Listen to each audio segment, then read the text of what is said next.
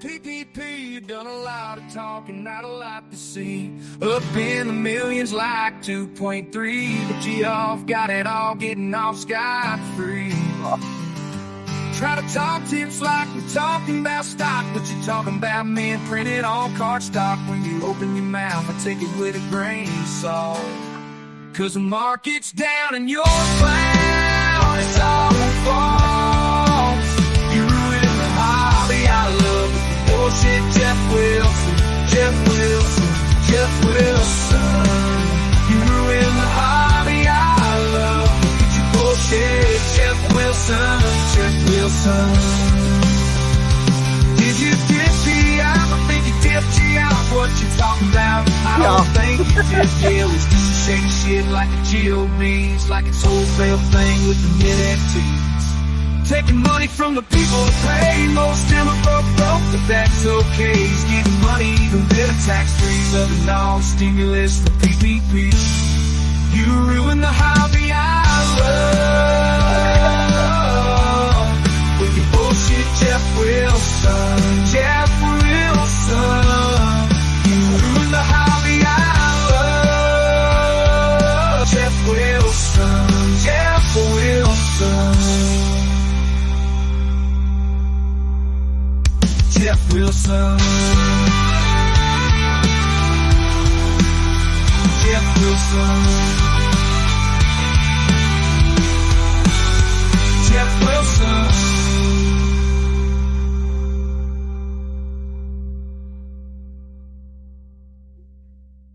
What's going on with that PPP? You done a lot of talking, not a lot to see. Up in the millions like 2.3, but you all got it all, getting off scot-free.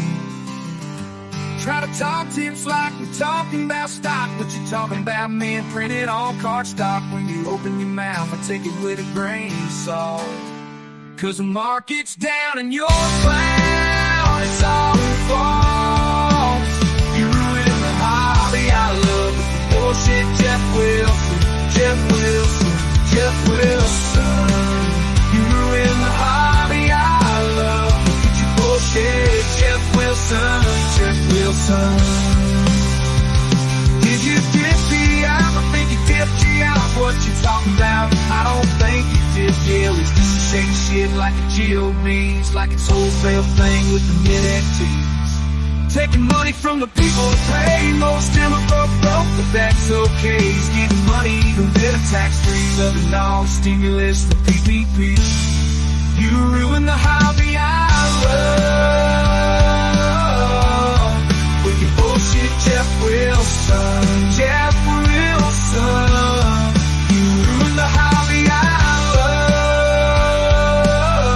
love with your bullshit, Jeff Wilson, Jeff Wilson.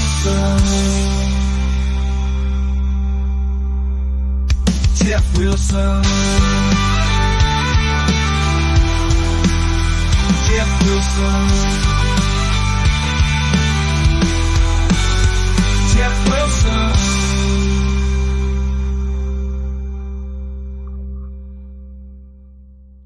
What is going on, everybody? Hopefully, guys are doing well out there. That is right. We are back again here on Sports Car Radio. A little country remix.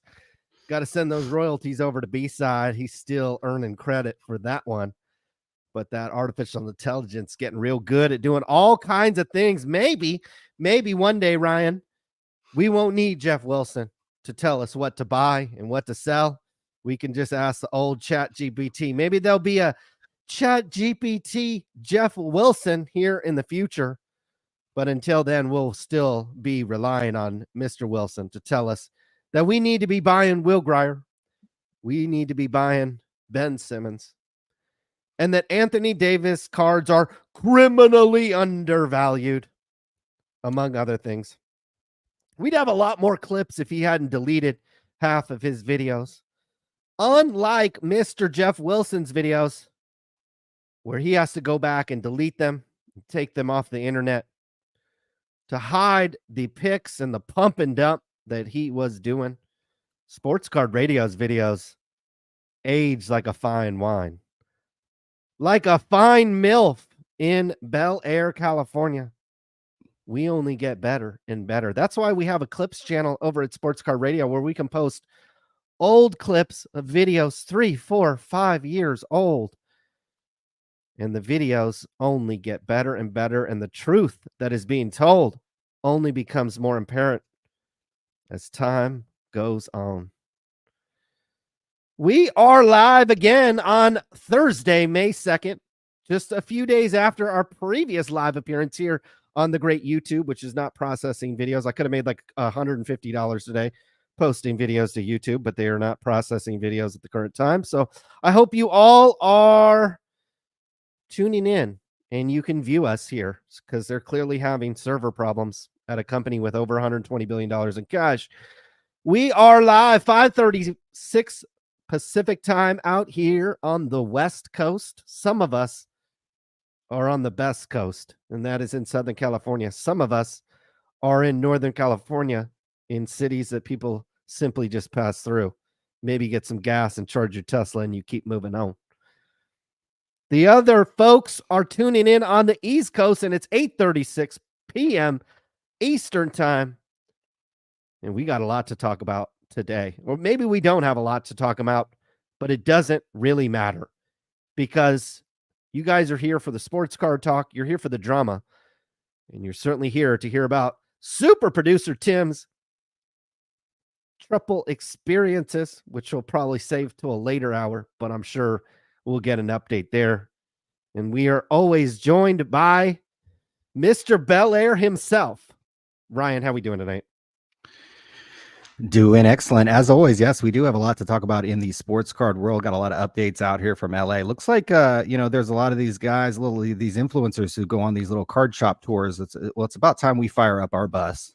And it does look like we can break some news here on Sports Card Radio that it looks like we'll be going on a little card shop tour of ourselves since probably Tim, me and the MILF Hunter, Tim himself are just probably about 30 minutes, 45 minutes away from each other. So we're going to link up and tour the country. So we do have a card shop that we are going to go to so we can break that news. We've got a Kurt's Card Care is under fire.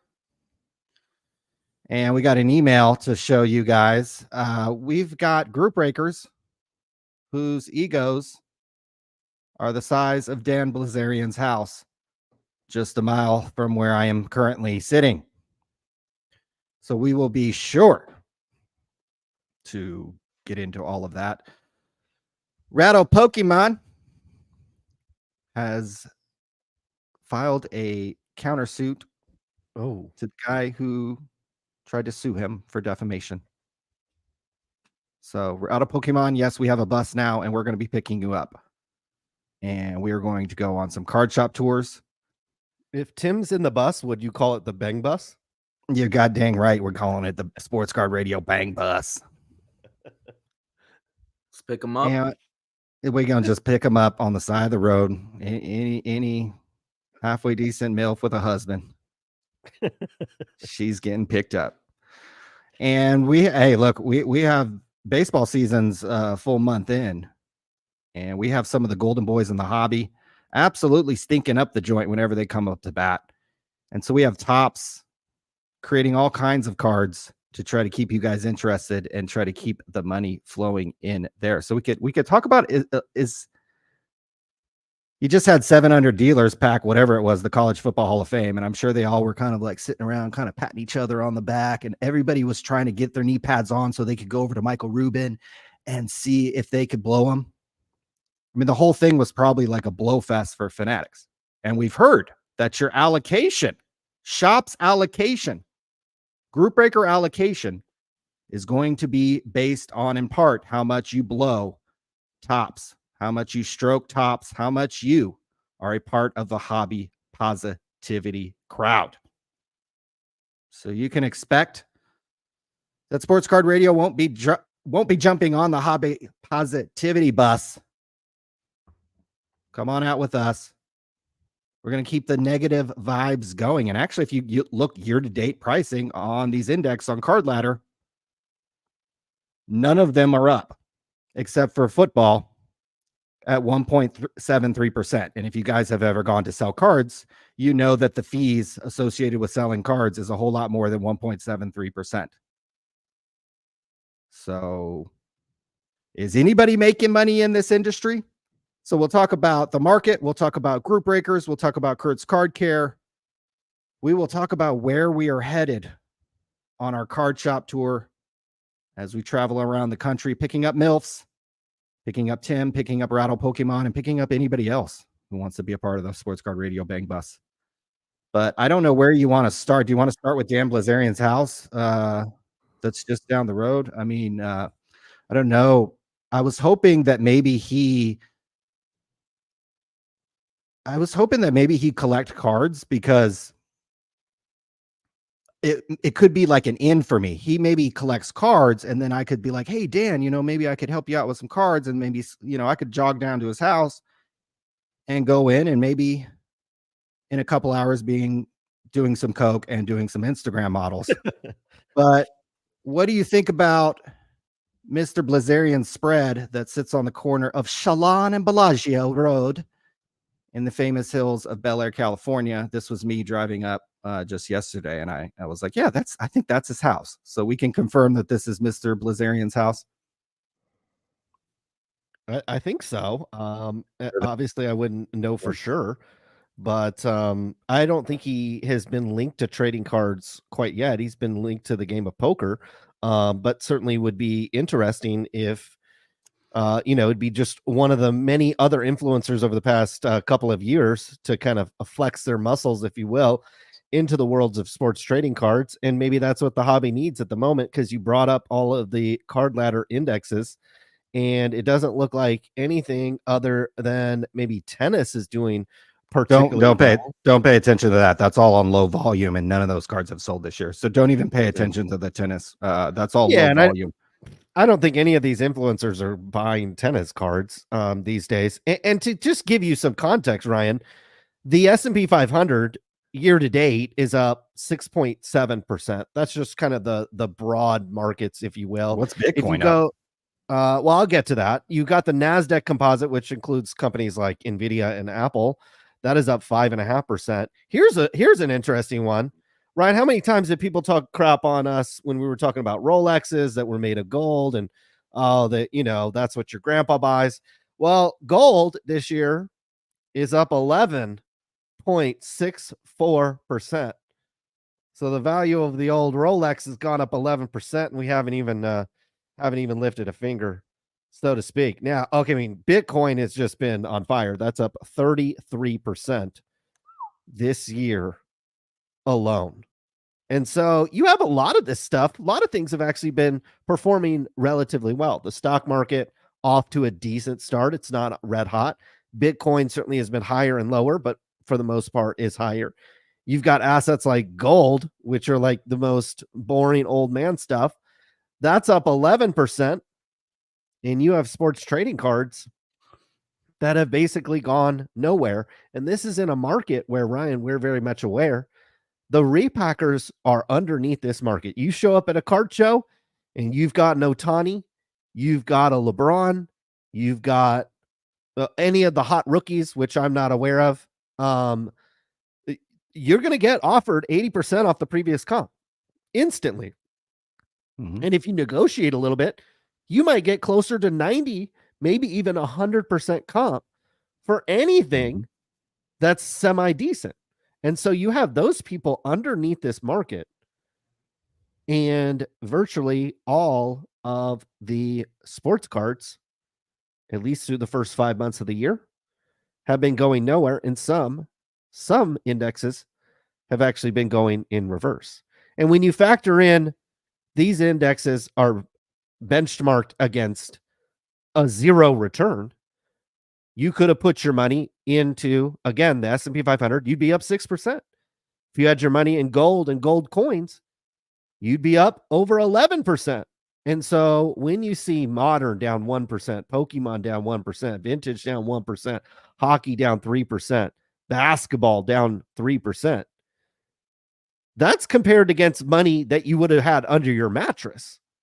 If you had put the money into the S&P 500, you'd actually be down even more than that compared to a similar type of benchmark. And that's what these influencers did, Ryan, right? From 2020 to 2021, this was a new asset class. This was a new way to, quote, invest your money. Am I right? And how is this investment looking, particularly over not just year to date, but you start stretching those values of those indexes out? You have year to date. What about 1 year? They're pretty much all in the red. Look at Any that. major index, Woo! including wrestling, football, 38%, modern down 24%, There's your high Justin end, Fields card.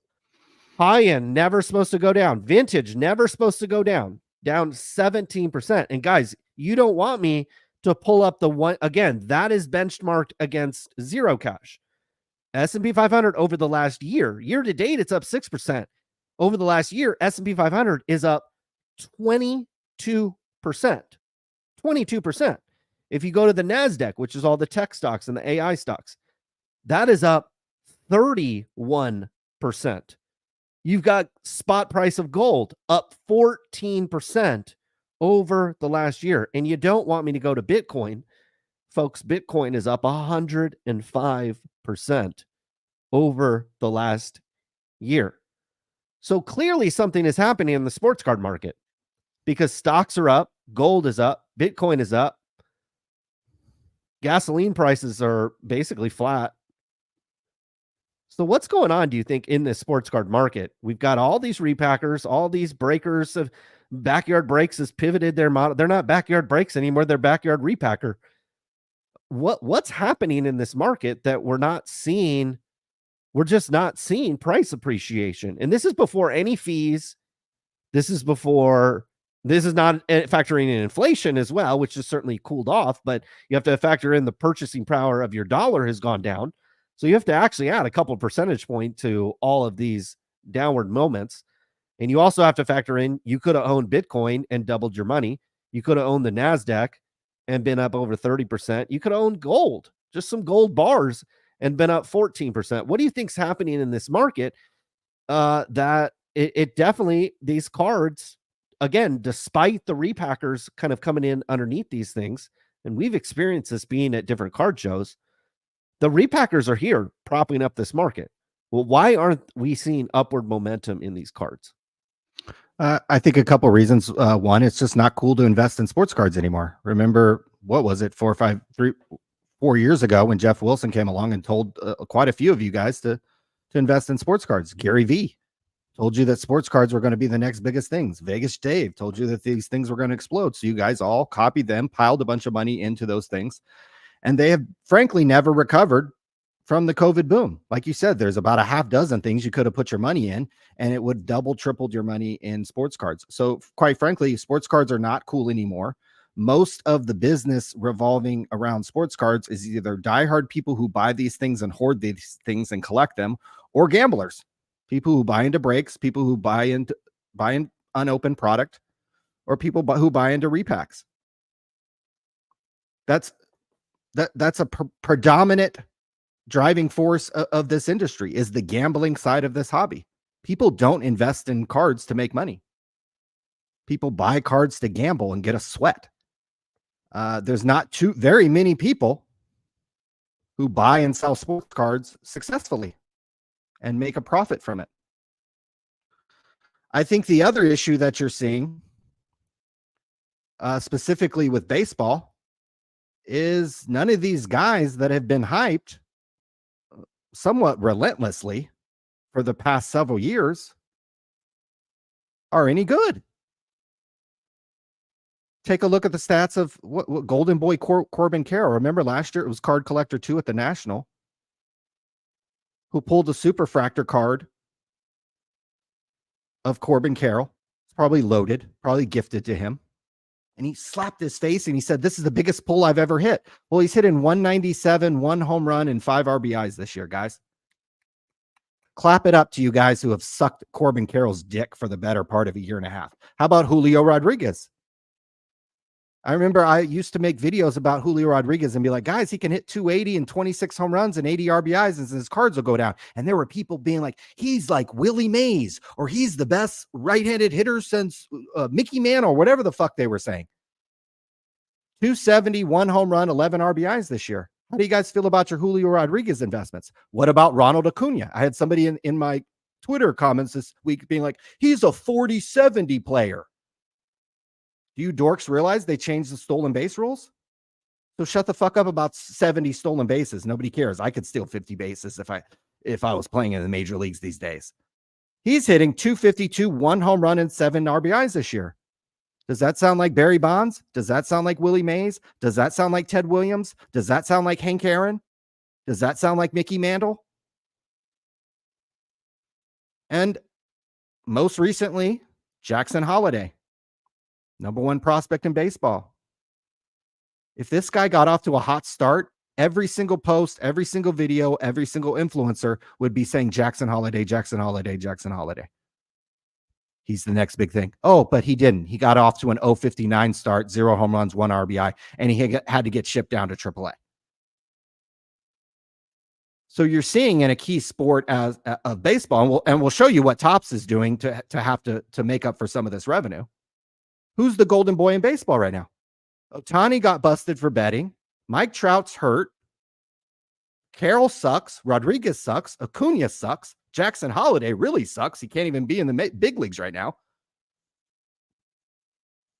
So to me, you're seeing underperformance across in baseball. In football, look, we don't even have to get into the quarterbacks that have tanked in the last few years. Mac Jones, Bailey Zappi, Justin Fields, Sam Howell, on and on and on. I literally forgot a half dozen of them that you guys put 5 Super Bowls on their rings, and then they literally got traded this year and will probably get cut here in the next year or two. Many of them will be selling insurance soon. Guys you were paying 5 to 6 figures for their cards will be selling insurance soon. So you got horrific advice about investing from Jeff Wilson, from Gary Vee, from the Vegas Daves, from all the imitators. Tons of people tried to imitate these guys and mimic them, and still do. Jeff Wilson has pivoted so hard off the investing thing that now all he does is sell cards. He opened a fucking card shop. He's doing breaks. So I think you have a combination of a couple things, and cards just aren't cool anymore. And cards from an investment perspective are laughable when Bitcoin is up 130% in the last year or whatever you said.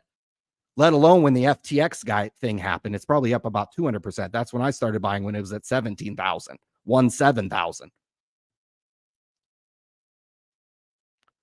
This stuff isn't cool anymore. But you're going to have, there were 700 hobby shops down at the College Football Hall of Fame in Georgia who are going to be relentlessly shoving this stuff down your throat because it matters to their allocation.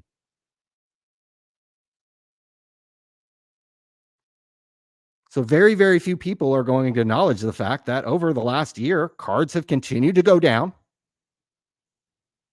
And when you look at some of the games players that have been hyped, these guys are trash. Maybe they have a good year here or there. Maybe they end up being good players. But you guys spend all this money on good players, not great players. Okay? None of these guys can hold a candle to Barry Bonds, let alone some of these other guys. So what are your thoughts? Is it performance? Is it influencers? Is it cards are not cool? I know that's being Debbie Downer right off the bat, but hey, you guys can go to any other content creator who has a stake in Fanatics, and they're going to shove the hobby positivity down your throat because they have to. We're going to give it to you like it is. I don't think anybody has talked about how these 4 guys who have been compared to Mickey fucking Mantle, some of these guys, are flat out trash. 3 home runs to start the year for this group. What are your thoughts?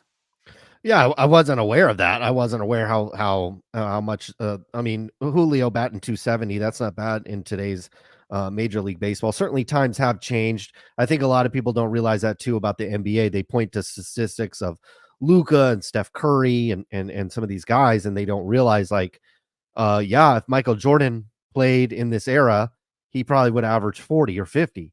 If Will Chamberlain or Shaq got to play in this era, well, they would have averaged a lot more points too. So things have changed. The MLB, obviously, you have average drive down, but you should see the power numbers tick up a little bit, and that's certainly worrisome. I think what we saw is a lot of the growth in the hobby during, we'll call it the Jeff Wilson, Gary V kind of pump and dump phase.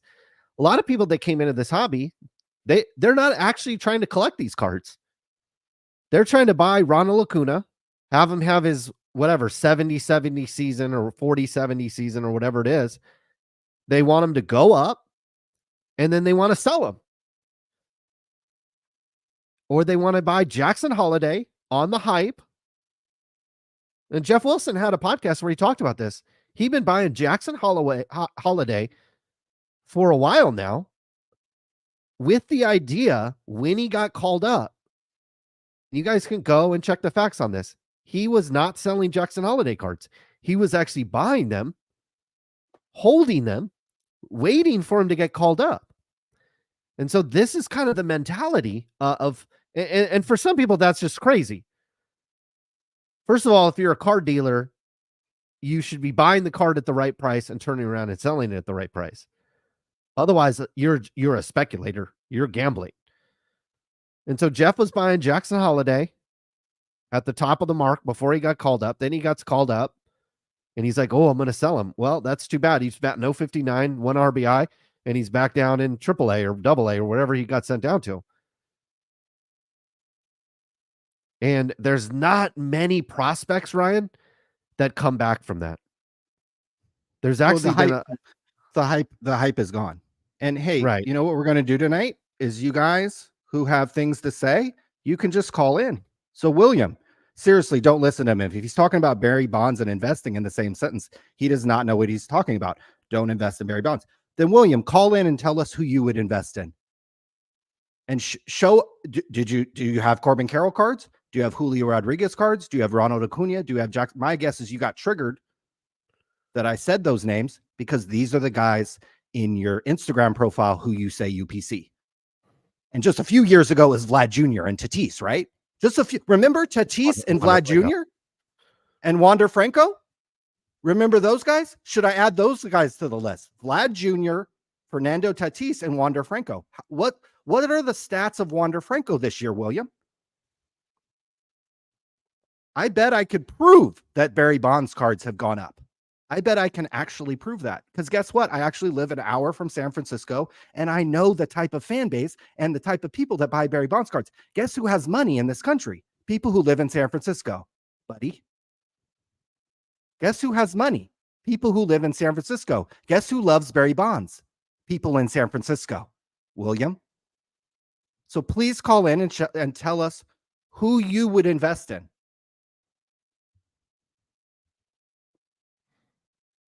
Okay, you know how many, William, you know how many at-bats Barry Bonds had? And you know what he did in those at-bats? So you guys can go ahead all you want and invest in Jackson Holiday. Let me know the Jackson Holiday cards you bought, how much you paid for them, and what are they worth today, William? Call in. Call in, William. Barry Bonds is one of the greatest baseball players of all time. So if you can't invest in him, but you want to say, hey, this Jackson Holiday guy's 0.59, you invested in Jackson Holiday at his peak. Now might be the time to invest in Jackson Holiday, now that people realize, oh, maybe he sucks. Are you buying Corbin Carroll cards today? Are you buying Julio Rodriguez? Are you buying Wander Franco? Are you buying Vlad Jr.? Are you buying Fernando Tatis Jr.? Are you buying Acuna cards?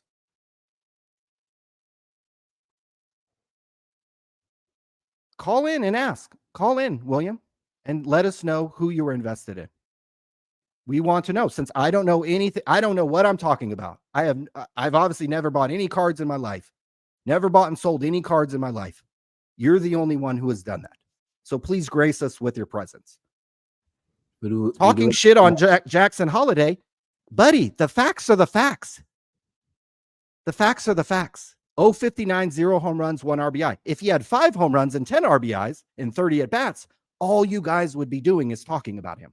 Period. We have Dave Snyder waiting. David Snyder. Hopefully this is the real one. David Snyder is gracing us with his presence. David, this is the real David Snyder. This is the real David Snyder. David, hit us. What do you got for us tonight? Hey, man, I got one for you. I sent Okay. I sent a post over from Instagram to you guys. I was on Card HQ on Whatnot, and it seems like I was on one stream, and I got charged shipping for one purchase, and then turned around and purchased again later on in the afternoon. And the guy online told me that's just something that they can't control, and it's Whatnot. So they double charged me for shipping from the same guys who were selling earlier to the. So I'm just wondering if you guys have heard, do they have to restart the shipping on separate streams? Unfortunately, that is how Whatnot works. So if you go live, say for instance, you go live from 12 to 1 and you sell a bunch of stuff, you can combine shipping from that stream to 12 to 1. Now, if the breaker takes a 30-minute break, ends the stream, then comes back in a new stream from like, say, 2 to 3. And yes, now you're going to be charged a second shipping price because that is how Whatnot works. Right. I think Jeff could to work around that. Jeff could just not end the stream. I think that he creates like several different streams throughout the day. Do you think that he's? I guess the real question is then. I guess the question for you is: do you think that he's using that and manipulating that so that he picks up on not having to spend so much money on shipping, so that he kind of flips it on everybody else, or is that, or do you think that that's just, is that something that we shouldn't even give any consideration to being a problem? My guess is Jeff doesn't even know how the shipping on Whatnot works. Is my guess. Is if you probably asked him, true, he literally wouldn't know. I think what they could do, I see breakers who go live and their total stream is like 9-10 hours, and maybe they take a little break, or maybe there's kind of a little pause in the action. I think Jeff could start the stream at 12, and then yes, if he takes a little break, just don't end the physical stream so that yes, you can continue to buy cards and get that combined shipping. To me, that's if I was selling cards on Whatnot, I would want my buyers to be able to combine as much shipping as they possibly can. And you want that kind of reoccurring business. If you keep ending those streams, now, you buy something on one stream and pay $6 shipping, and then 2 hours later, you got to pay another $6 shipping. That's how it works on Whatnot. Jeff could work around it by just not ending the physical stream. Now, again, I bet if you ask Jeff, he literally wouldn't know how the shipping on Whatnot works. That's my guess, is he doesn't even, right. This dude doesn't even know. All right, well, then I guess I got nothing to bitch about. Did you get any good cards? What did you buy from him? Just garbage, just to see if I could purchase something just for the experience of doing so. I'm not even a baseball collector, and I think I bought baseball cards, but I'm a hockey guy, quite frankly. Cool. Yeah. And I'm not 65 according to the chat. And how old are we? What's the verdict? 55. Oh God, they're trying to give you an extra decade. What the heck is going on? That's all right though. I'm not scared. They can tear me apart. Dave, we always have to ask this. Do you got a wife or a girlfriend? Does she know about your card collection? Like what's up with the female side? I've been married 31 years, and luckily she tolerates me. Okay. And I don't know if you guys can see this crazy mess. Oh boy, that's a lot of cards. I'm in a card, what I call the card room, but yeah. As a matter of fact, I'm sorting this crap. I'm fondling pictures of men. So whatever. It really doesn't matter. It's not about. I don't believe in the flipper mentality. I'm not You know what? If guys want to make money, great. You guys got it down pat. That's fine. But I collect. I'm a PC guy, and that's the rest of this crap is on its way out as fast as I can get rid of it. Because I can't keep up with what they've been doing the last 10, 15 years. So I don't even try anymore. I hear that. So you are, just to be clear, you are the real Dave Snyder. Dude, Bob. I love Bob Boozle. That dude is a trip, man. I love we got to get Bob Boozle to, yeah, we got to get Bob to call in. It's if his wife's got to let him, so he might have to that might be like a 3-week process, but he's got to call in at some point. This actually is a super cool thing for me. Thank you. I'm kind of geeking out on the fact that you guys are letting me in to do this. So why don't you just go ahead and do what you guys do and kick me the fuck out and have some fun and actually give us some info. Appreciate you, Dave. Thanks for coming on. Thank you, Dave. All right. Thanks, guys. Appreciate it, man. Thank you.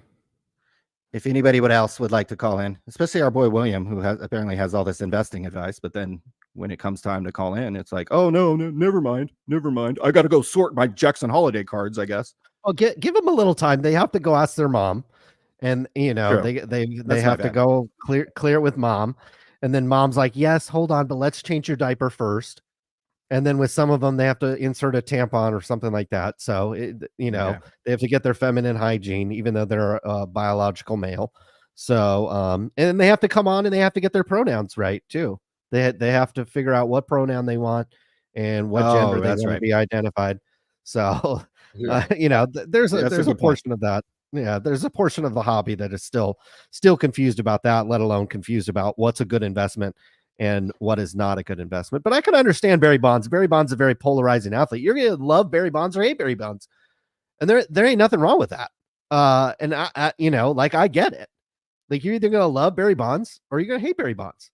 But his stuff's been selling relatively decent, I would say. Particularly like his autographs, I feel like have gotten more and more appreciation as time has gone on. So,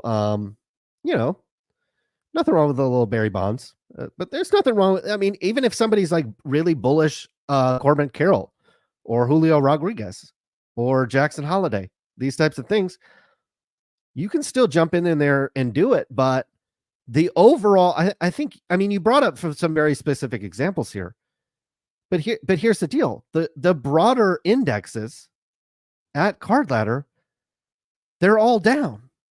They're all down except for like the really like low volume, nobody's buying this stuff. All of this stuff is down. So it doesn't matter if it's Corbin Carroll or it's Mickey Mantle. It's all down. Even when you look at vintage, high end, low end, mid end, low pop, high pop, mid pop, everything. It's all down. So that's telling me when markets move, it's one thing when you've got, when you've got one thing going up, another thing going down. You've got a little bit of hot, a little bit of cold. You often see that in the stock market. Oil's up, this is down. Nvidia's up, energy stocks are down or whatever. You get a little bit of both. And there's a healthy market, healthy balance of money kind of flowing in some places, leaving other places, taking profits in other ways, finding value somewhere else. Here, we're just seeing broad-based underperformance.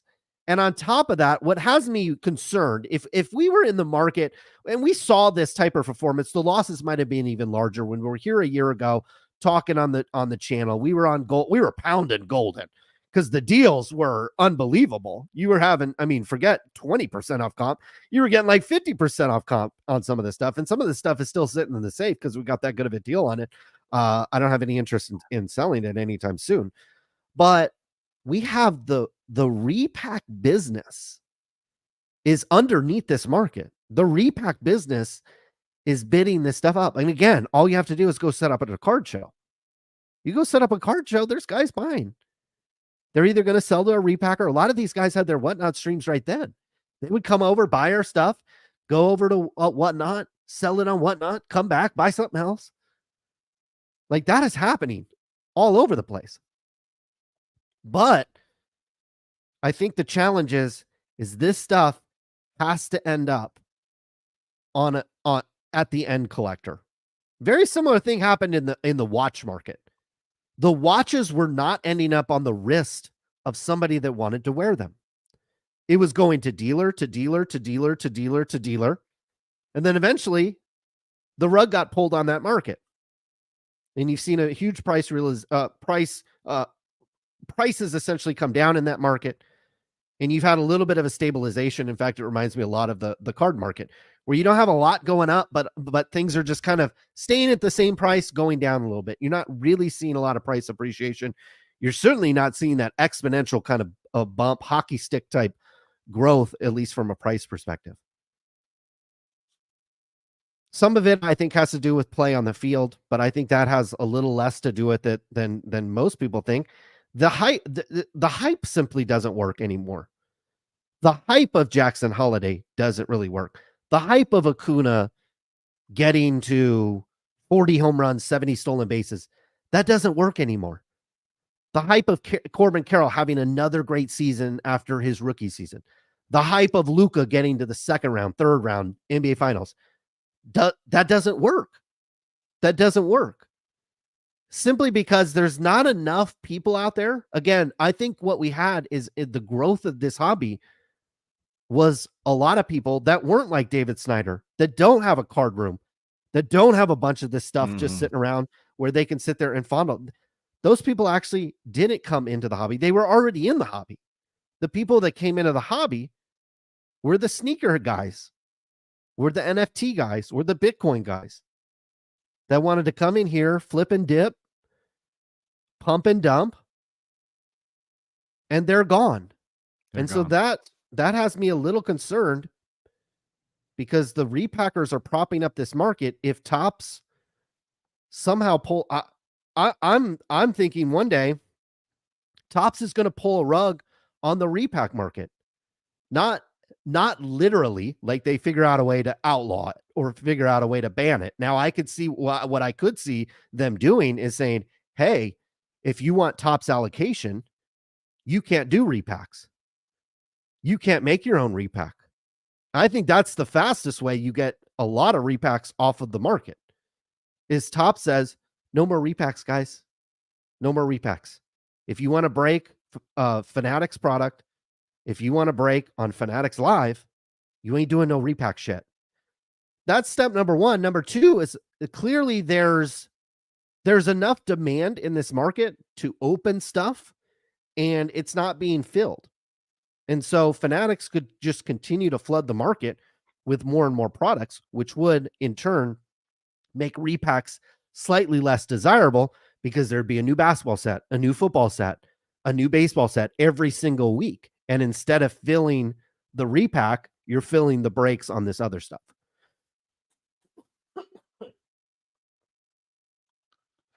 Well, obviously, you know who's pivoting right now. Topps isn't stupid. They see this going on right now. They see that you guys aren't hyped about any baseball player.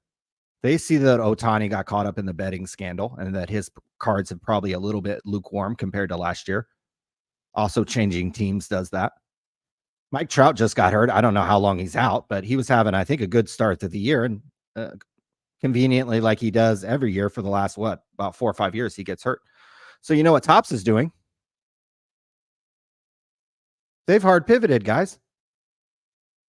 They're selling New York Mets hot dog cards for $1 each. They'll probably sell 100,000 of these, is my guess. This is going to be a $100,000 win for Topps. Now they're selling the cards for $1, so they're probably not making very much on them, or any at all.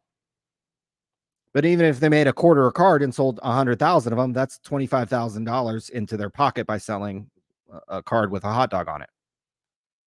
How about this? You can't sell Corbin Carroll cards. You can't make Topps now Corbin Carroll cards. So they sold this guy. I guess there was a situation in Arizona. Lots of bugs in Arizona. I used to live there. Lots of weird bugs. And they had to get the beekeeper out. And so this guy, I guess, eliminated the bees, and they sold like 16,000 cards of this Matt Hilton guy. Imagine if they made a Corbin Carroll Topps Now card. Oh, Corbin Carroll went 2 for 4 the other day. How many cards would that sell? 400 cards? So even Topps themselves See what's going on in the MLB. You guys aren't excited by anybody. They were hoping it was going to be Jackson Holiday. Everybody in this industry was hoping Jackson Holiday would do something. Everybody.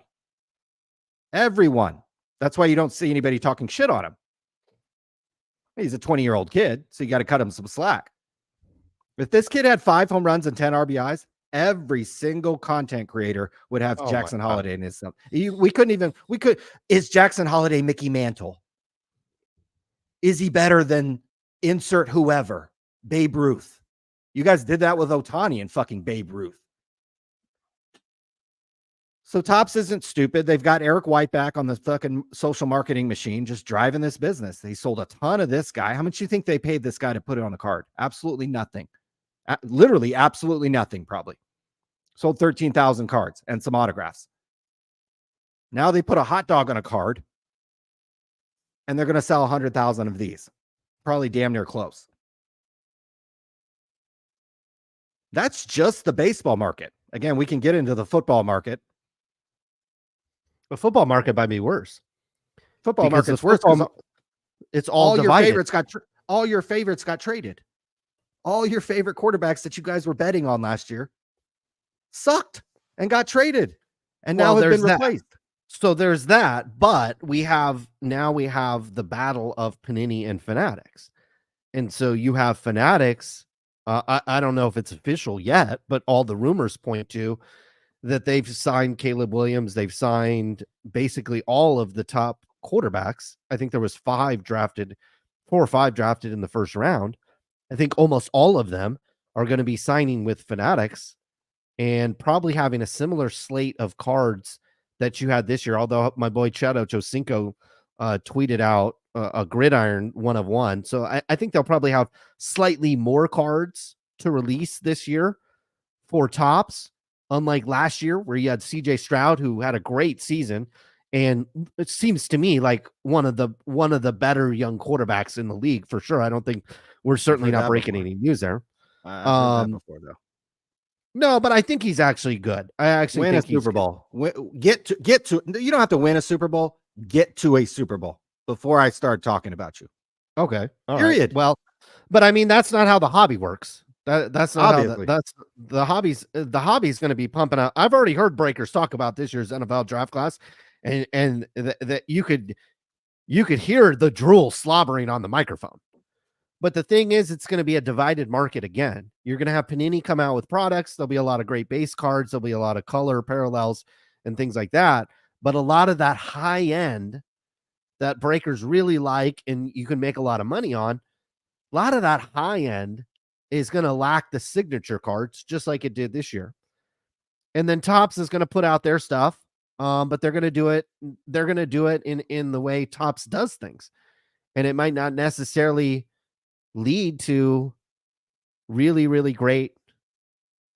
Hold on, can you take over? I'm gonna upload a video to YouTube right now and try to make $30. So sorry. I mean, the 315 people graded this Gardner Minshew PSA 9.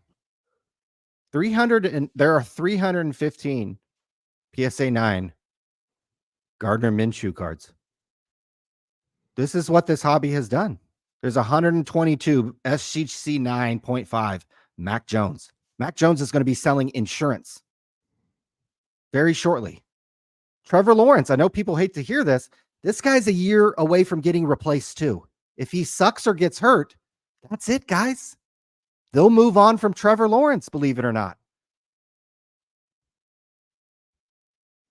So none of these quarterbacks have beaten Brittany Mahomes in a game, let alone Patrick. You can see the football card market, which aggregates 5,000 cards. Some of them are good, some of them are not. It's down 63% in the last 2 years. The last 1 year, it's down 38%. You guys keep listening to Roth Cards and Jeff Wilson and Card Collector 2, and each year they kind of come up with a new batch of quarterbacks for you guys to go buy. Last year it was Sam Howell and Justin Fields, among others. Both those guys got traded in the offseason. Kenny Pickett as well. I believe Kenny Pickett has a new team as well. So this is where we're at. We have the Williams in this industry who proclaim to be experts and heaven forbid you invest in Barry Bonds. or Joe Montana. Heaven forbid you do that. You dorks have been Justin Fields, Mac Jones, Sam Howell, Gardner Minshew. Who the fuck does he even play for? And here are 4 baseball players that literally go to my comments, search Julio Rodriguez. Wasn't there somebody comparing him to like Willie Mays or Mickey fucking Mantle? Oh, yeah. It was Yeah, last yeah. year. Yeah. We talked about it on our live stream. Some guy wrote 5 paragraphs about how funny. Julio Rodriguez was was the best outfield prospect since Mickey Mantle. That's what he told me. I believe that was the direct quote. Julio Rodriguez is the best outfield prospect since Mickey fucking Mantle. 270, 1 home run, 11 RBIs, and those are actually the best numbers on this fucking list. That's not bad. Other than the home runs could be maybe he's playing in ballparks that are hard to hit the home run. The wind's been blowing. Maybe he's just not very good. He's just not very good. You guys have been trained to buy guys who are not very good. Period. Well, I think we have to look at it in the context of Barry Bonds played in an era where you could be on the cream and the clear. And so his stats. Look at Barry Bonds' stats in 1989. I don't even have to bring him up. 1990, 1991, 1992. Was he on the sauce then? Absolutely not. He was skinnier than I was. Well, we're not getting into a discussion if Barry Bonds is as good as Julio fucking Rodriguez. No, I don't think that's fair to Julio Rodriguez or Barry Bonds. But I don't really think, I've always said this, I don't really think it really impacts card values that much. No, it does. If Jackson Holiday had 5 home runs and 10 RBIs, Colin, every single motherfucker would be talking about him. And what would that do to his prices? But Jeff Wilson would have his whole inventory on eBay. Jeff Wilson's been hoarding Jackson Holiday cards for 6 months. Ever since he knew he was going to open up his card shop, he had his 2 little dickheads out there buying Jackson Holiday cards at full comp with the idea that they were going to sell him when he got called up. And I guarantee you, wonder how that works. There's 500 other people that watch Jeff Wilson's videos that have the same idea. Because unlike what people think in this hobby, people actually do listen to Jeff Wilson. They actually do think that he knows what he's talking about. They actually do think he's a sports card investor. Not only him, but these other guys. They actually do listen to him.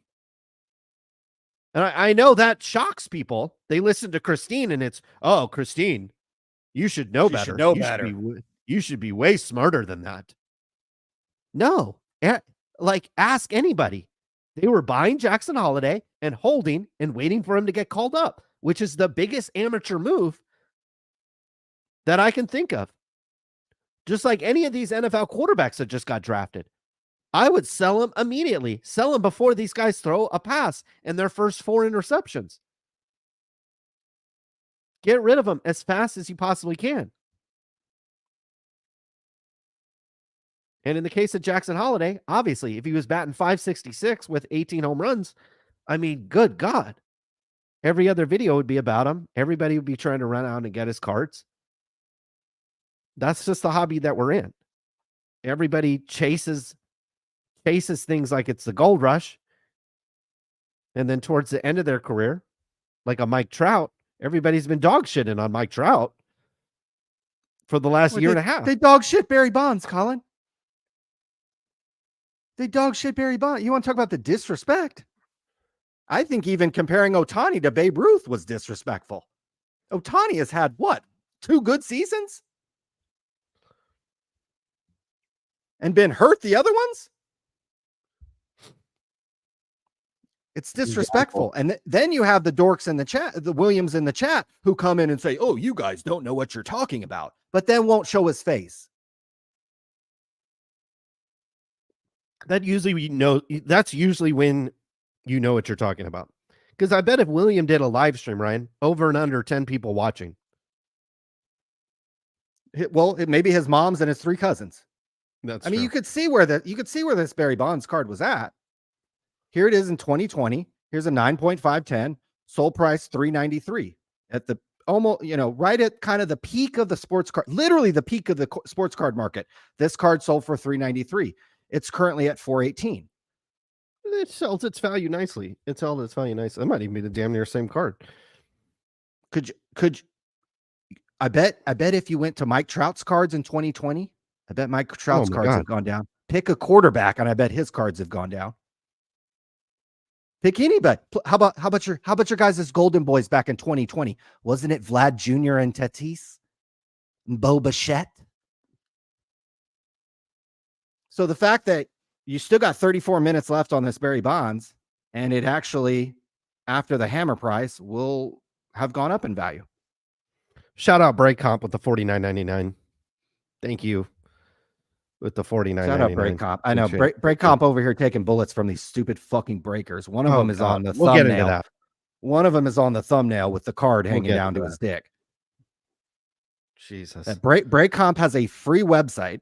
He's just trying to provide information. He's actually, you know what Break Comp's doing? He's selling break spots for you fucking dorks. Yeah, exactly. You dorks who are mad at Break Comp, or he's selling break spots for you guys. And hey, if you're overpriced, first of all, it's either your fault. You're not able to get this product cheap enough. You're not able to get it in the same way these other guys, or it's the dumbass other breakers in the industry selling it too cheap. There you go. That's it. It's not the guy, the messenger. Break Comp is just the messenger saying, here's a high price, here's a low price. He's not the one at fault. Arbitrage, man. Yeah. He's just in there. It's like, it'd be like Hilton getting on Expedia being like, my hotel prices are you're showing my hotel prices too high. Well, lower your hotel prices. For real. And if you can't and make a profit, then you ain't getting the product right. Because if everybody else can blow it out, then you ain't getting the product right.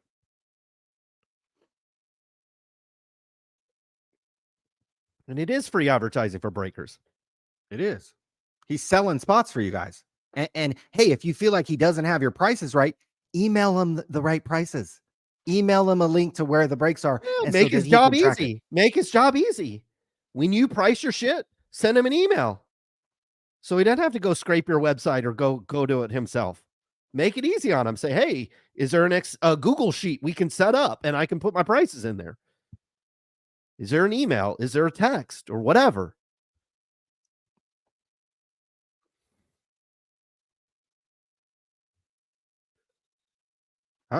I wish there was a website out there to be like sports card entertainment comp and listed all the podcasts with links and sent me some free links and sent me some free clicks. You guys Even are if they were like, the sports card radio is like if they had like a rating and it was like negative, it was like the Hobby Positivity podcast we're page. at the top. And we're at the bottom because all we do is talk negative on the show. That would be tons of clicks. That I'd love to show up at the bottom. I mean, yeah, on a price thing, you really should be, you really should try to get your prices in check. And if they're not in check, again, it's your fault. It's a free website. Use it. I love free websites. I love free websites. He could charge. He could charge you guys. That's the model going forward. I think at some point that's the model going forward. Charge these motherfuckers. If your price is too high, $50 a month, and then I won't post your prices no more. There you go.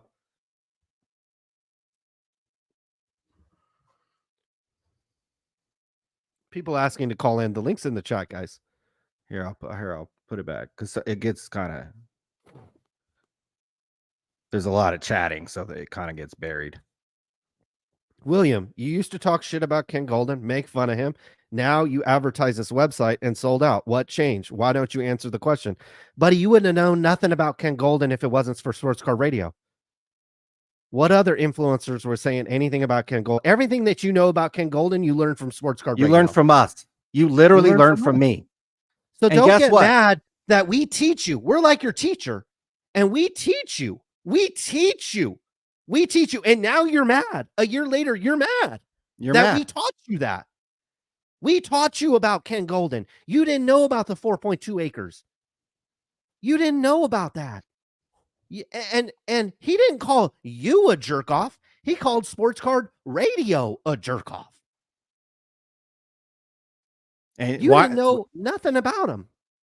And can I say this? If Ken Golden sponsors Sports Card Radio, he's the smartest motherfucker in this industry. And you guys who don't sponsor Sports Card Radio are the dumbest ones. Imagine if Jeff Wilson had called us up and, hey guys, God, you guys are fucking killing me. How about we work together instead of, hey, I'm Mr. Hobby Positivity, but there's a place for Barstool Sports, and there's certainly a place for Sports Card Radio. What do I got to do to get you off my fucking ass? Well, I tell you what, Jeff, if you wrote us a check, we'd be Card HQ's fucking pumper in chief over here.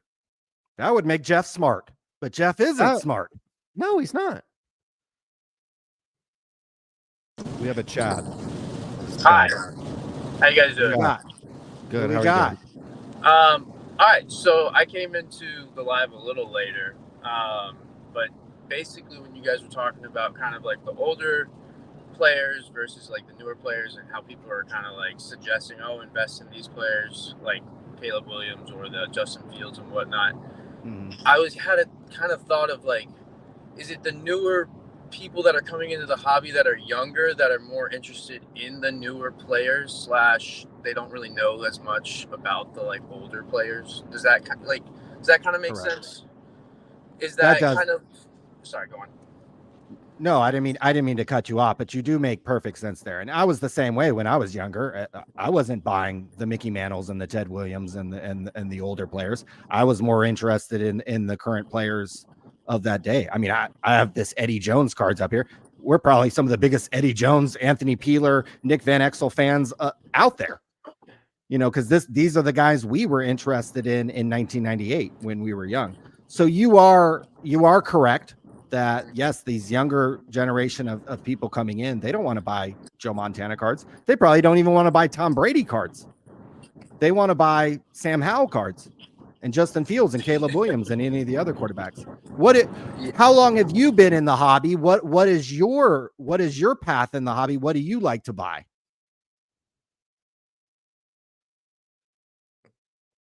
We might have lost Chad. 2008 or so, I was given a lot of. Sorry, I'm on the road here. No, go ahead. We got you.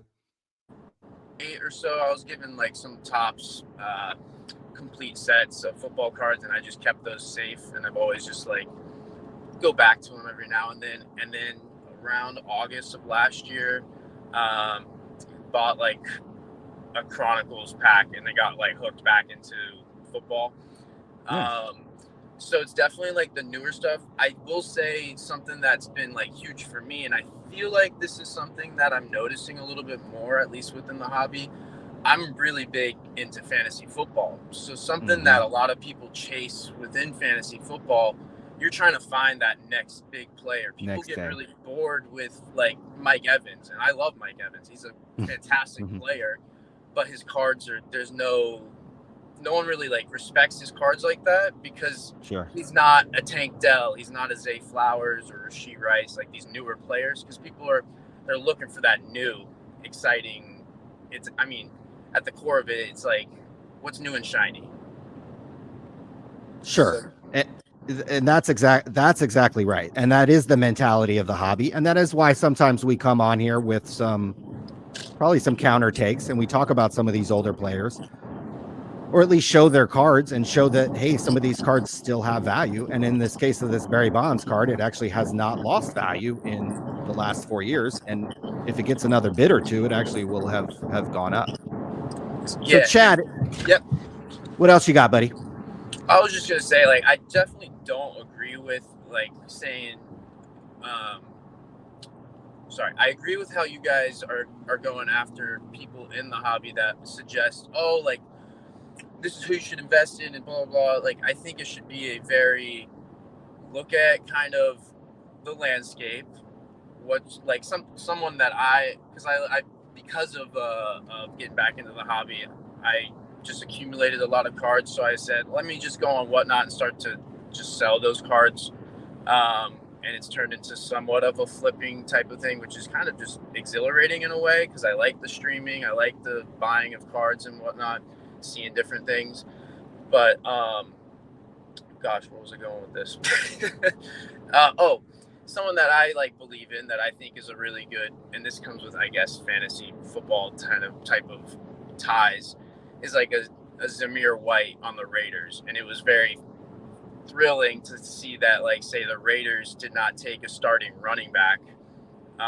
So to kind of see his value in a way go up was kind of fun to me, in a way of holding those type of players. So it's kind of a hobby within a hobby. I don't know how to put it like that, but if that makes any sense.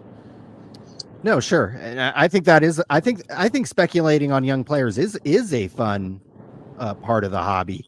I think sometimes in this hobby, the money gets flowed into very specific and certain players a lot of times, and those cards become so much undervalued. Somebody like Zamir White, I mean, yeah, there should definitely be flipping opportunities for this guy. I mean, he was a 4th-round pick in 2022. This is a guy who's probably never actually had very expensive cards. And then, yes, if he does get an opportunity with the Vegas Raiders, even just a little bit of bump in his pricing, you could see some success. So, any other players you're looking at for the new season? Yeah, I mean, well, I guess, I'll go to that after I kind of ask this question. Is over the years for you guys, has it, as a selling point, or sellers, and just hobbyists in general, the seasons of like when to buy and not to buy, or finding like deals on cards, even as like a purist collector, like are those seasons really real? Like, do you notice like significant dips when it's in the off season versus in season? I think you could look at that. My mentality has always been you should always be buying and selling sports cards. If you're in the flip game, you should always be buying and selling sports cards, and always be looking for good deals. I think their good deals could happen at any point during the season. Yes, could there be a fall off in basketball cards in the summer, for instance, or maybe even right now, that the only people are focusing on are in basketball are the guys in the playoffs, and maybe you're able to buy some guys who aren't as popular right now. I think you should have a strategy how to buy cards, whether that's online or in person, how to get good deals. And then you should always be trying to do that, focusing on specific players, or, oh, in November, I'm going to be buying basketball, and in March, I'm going to be buying baseball. I don't know if that's a great strategy. I think you should just always be buying and selling sports cards, and always be trying to find good deals. I think there are good deals anywhere you look, whether it's on Golden websites, whether it's on eBay, whether it's at shows. I think you could always find good deals on sports cards. Maybe not necessarily the high end ones, or the ones of players people really want or are after. But there were billions of cards made. I think there are always, opportunities. Yeah. Good deal. Anything else for the faithful, Chad? I kind of learned something from that. It's more or less. Sorry. Anything else you got for the faithful?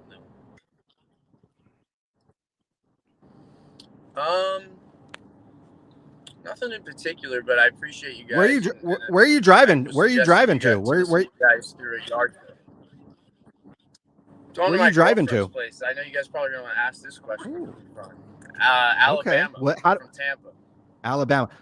What does your girlfriend feel about your sports card collection? She doesn't know probably about half of it, but what's funny is I have the cards here because I'm doing a stream at her place tomorrow, so that'll be fun. But wow. I will say this. She likes opening wax with me, and what she likes to do is, it's like a little trivia game. She'll like open it, she likes to look through it, and then she'll be like, number 20 for the Jets, and I'll be like, Breece Hall. We do this usually under the influence, which makes it even better. And so we have a good time like that. and I just don't think she knows too much more about in terms of how much I've bought into flip, or not just to flip. I do enjoy like actually like having the cards in hand. I'm sure I will get tired of that after a certain amount of time, but I don't know. I'm really big into art and how things look visually. I'm a film director, so like just things visually to me look very appealing. So I like having those pieces in front of me. So she probably doesn't know too much about all the autographs I've been buying. So Interesting. So yeah, maybe tonight you're gonna have to spring some news on her that you've been buying some cards, and we'll have to see how that goes. Yeah, maybe I'll update you guys with that for sure. we need cameras rolling on this date. I feel like we need a 3-camera setup and some lighting, and so that we can see how this goes. Bring Tim on board. Yeah, exactly. Chad, Thank you.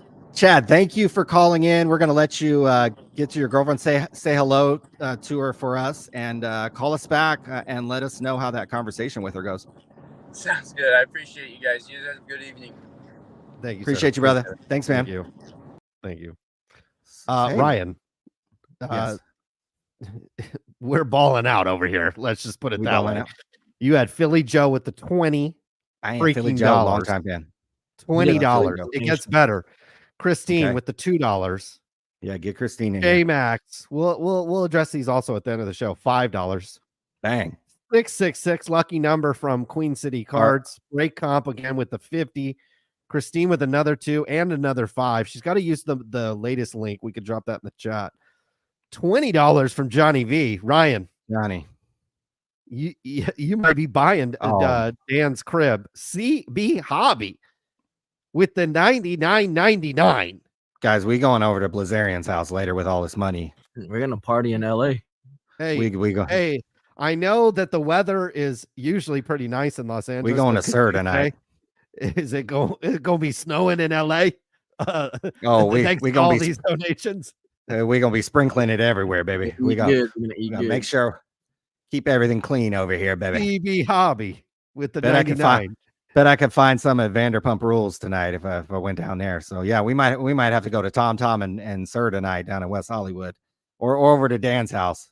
That's for sure. You guys are being way too generous tonight. Hold on. It gets better. Dave Snyder with $9.99. We'll answer that question. Oh my God. Major sports card, Ryan, with another $99. This is major. I don't normally get a cut of the stream. I think I'm going to ask for it tonight. I'm going to have to give you half of this. This is ridiculous. Cards. Thank you. I will give you half. I know. I don't. Yeah. They're in private school as well, because God only knows you want to send your kid to a public school in California. Thank you, all of you. Christine with another 2. Uncommon Sense with $4.99. You guys are just showering us with it feels like a strip club over here. Minus the attractive females, the glitter, and the overwhelming smell of perfume. Not that I would know what and the sticky floors and Blazarian's house or a strip club? Is that Blazarian's house or well, you could confuse the two for the same. Although Dan does Dan, as I understand it, does have to pay the females to show up, which is could be. So do I. So. Wow, thank you to all the generous 555 that just came in. This is ridiculous. Thank you. This is insanity. DSUP Fleer, baby. Tim made $14 tonight. Yeah, exactly. Let's go.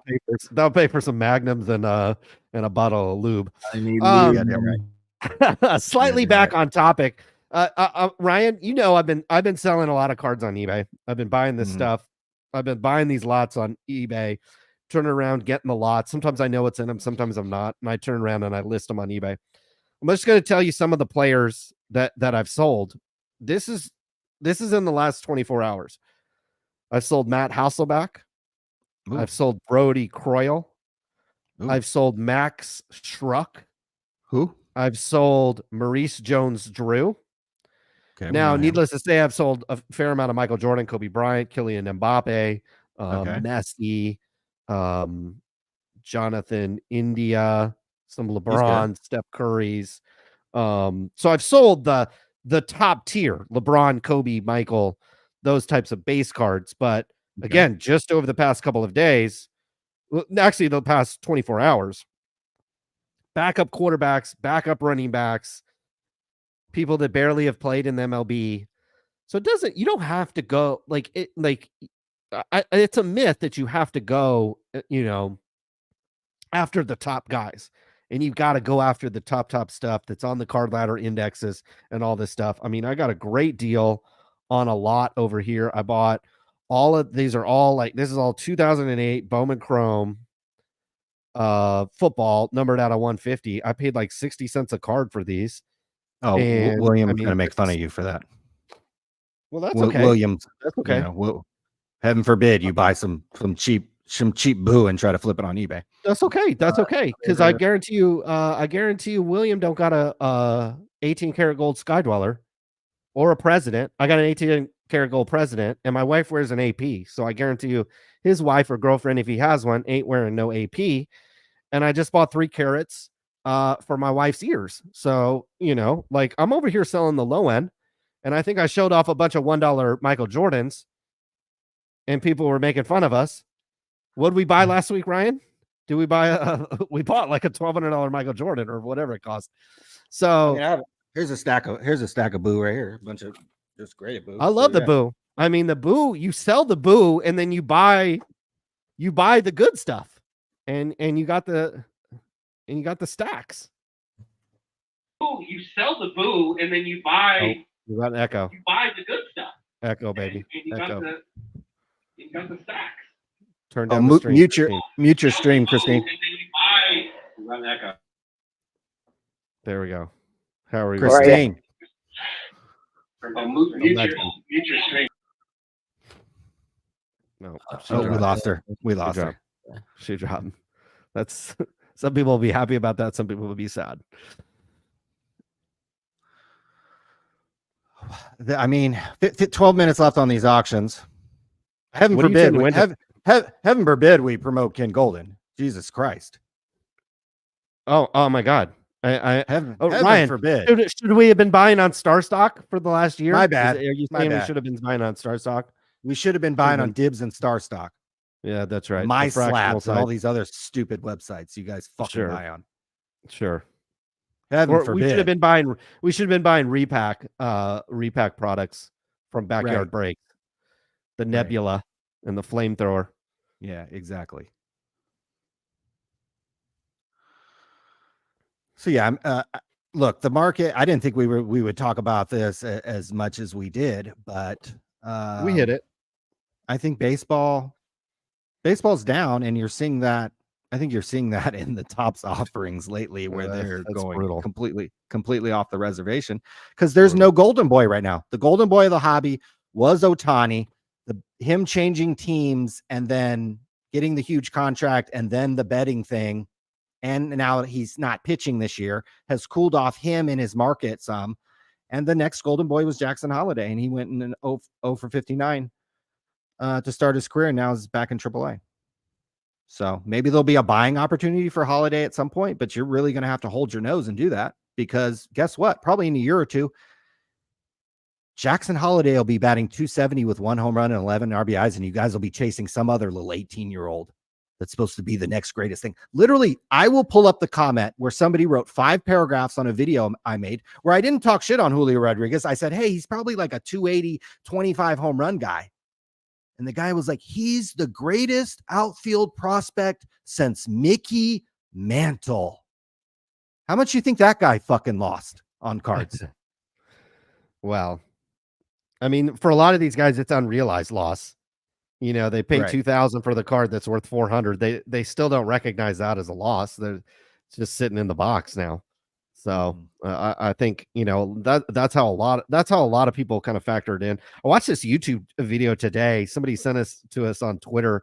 I can't remember the guy's name. He's not like super, like he doesn't post a lot of content, but he talked about, it's really interesting video. He talked about going to a card show and how everybody there basically paid $500 to make 50.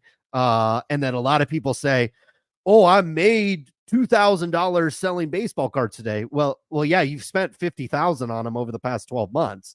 And then you did sell $2,000 of cards today, but you haven't made nothing. And so I thought it was just an entertaining video. James Esslinger, just Nice. a really interesting guy. Do you know his name? What is it? ESSLINGER. Yeah. This dude this, here? this guy right here.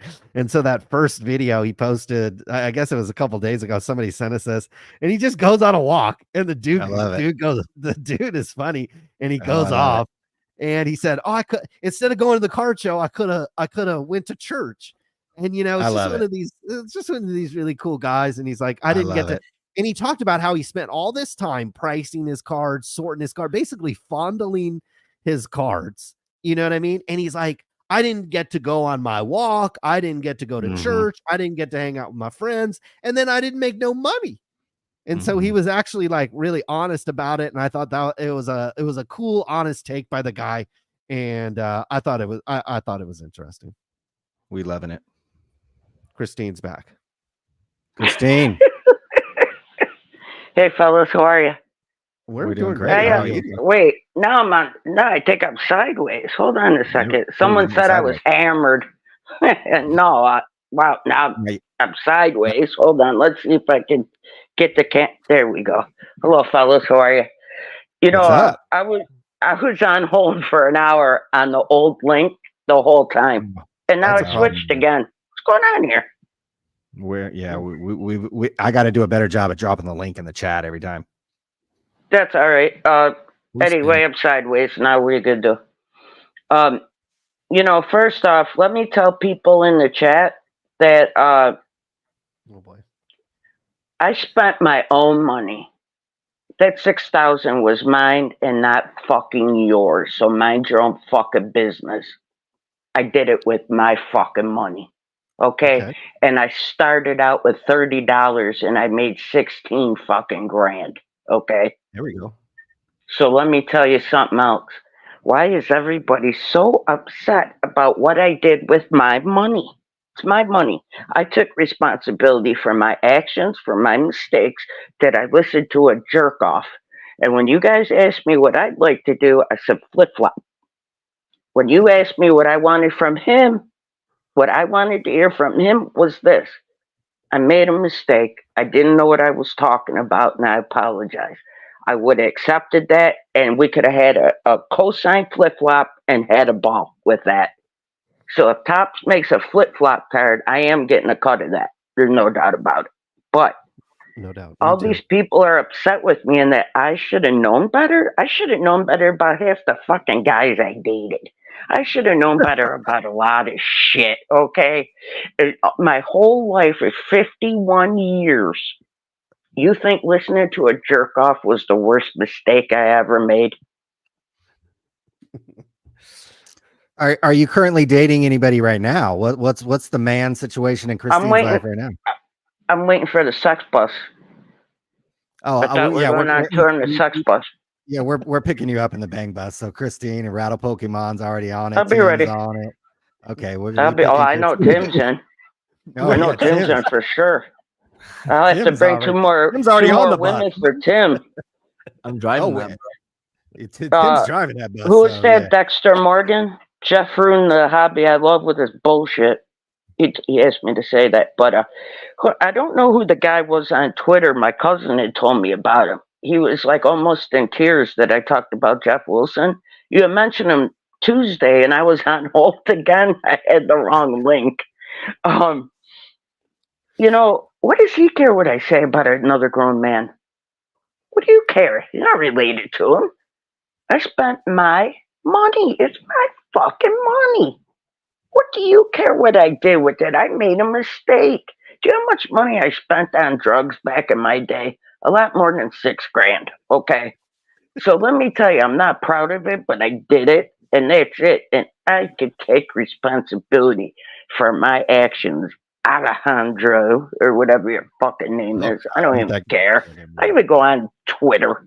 I don't even know. Like, I give a shit. I'm just so tired of people getting on me about this. And let me tell you something. Whatever his name is, Alejandro. You said you want me to feel like shit and you want other people to make me feel like shit. Let me tell you something. Not Leonardo DiCaprio has that much power over me to dictate how I feel about myself. It's called self acceptance, and real women have self acceptance, not little boys, okay? I have self acceptance. I'm a grown woman. I'll talk how I want, I'll act how I want, and I will do what I want. And yes, I took responsibility that I spent 6 grand. What I was pissed about was I said I was street smart because I caught on to the grift. I'm not supporting the grift anymore. Grifters depend on people who could be grifted, okay? Let me tell you that. And I caught on to it. And like I said, nobody else. I talk with my hands. Elegant, Elliot, whatever your fucking name is too, buddy. I'm really tired of these people. Well, I don't we can't care get rid of anymore. them either. So. I've had it. Sure. I'm not this person, but it really upsets me. I could say if I said I spent 6,000 of Alejandro's money on Jeff Wilson, that's different. I Right. spent 6,000 of Christine's money. Sure. And I think Christine cut out a little bit. I think she had a good point though. She gave Jeff and presented Jeff an opportunity to apologize. She said she reached out to Jeff.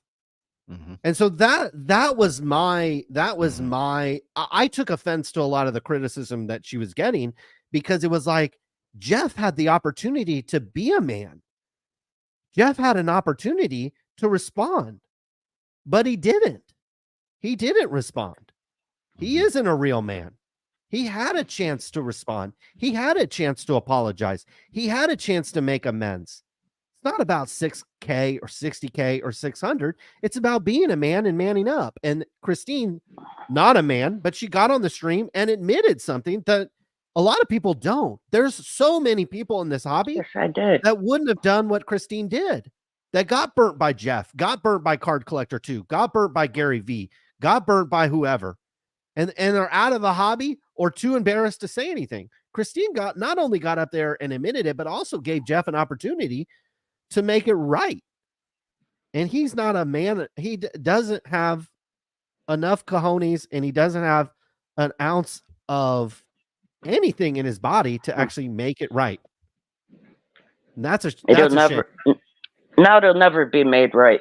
He had his opportunity. He could have emailed me personally and just said, I'm sorry you lost money, and I would have been fine with it. End of story. Now you're gonna slap him with the flip. Now we just go right to the flip flop. It's flip flop time now, fellas. But thank you for letting me have a say and letting me say what I want. I don't know what this guy's going to say to me, but I don't give a fuck what you think about me either, buddy. So have a good night, fellas. Take care, and thank you again. Thank you, Christine. Appreciate it. Thank you for coming on.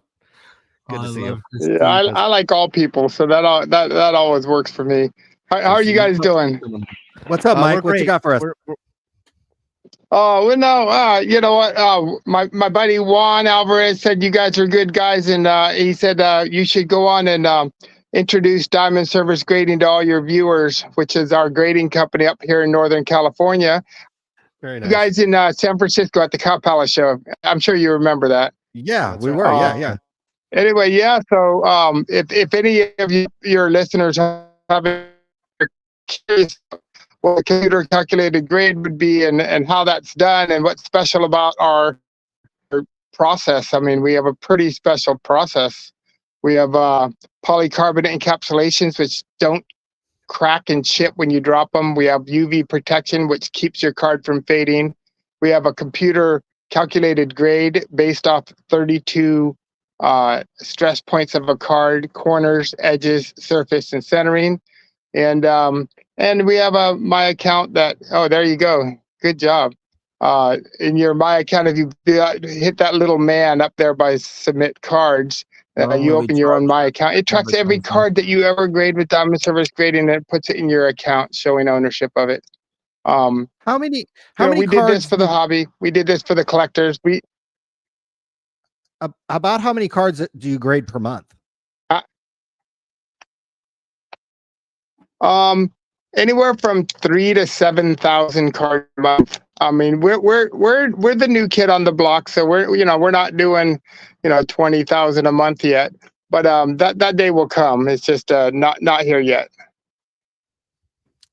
Well, hey, we appreciate you calling in and letting us know about DSG, and say what's up to Juan for us too. I think I'm going to see Juan in about a week. So. Oh yeah, I think we'll probably get the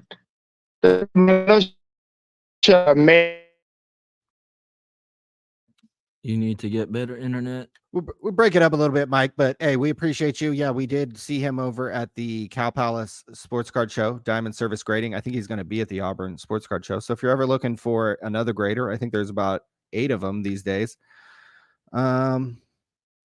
You got options. If you'd like to call into Sports Card Radio, let's be real though. Let's be real. Let's just throw a hypothetical out there, Ryan. You got Kobe Bryant autograph, not a Kobe Bryant autograph. Let's just say a Kobe Bryant rookie, not his Topps Chrome. Okay. Kobe Bryant card. Who you grading it with? Who you grading it with? I mean, I'm going depending on the card. I haven't sent anything in to be graded in quite a long time, unless it's through Check Out My Cards. But I'm going with PSA. Okay. Thank you. Thank you.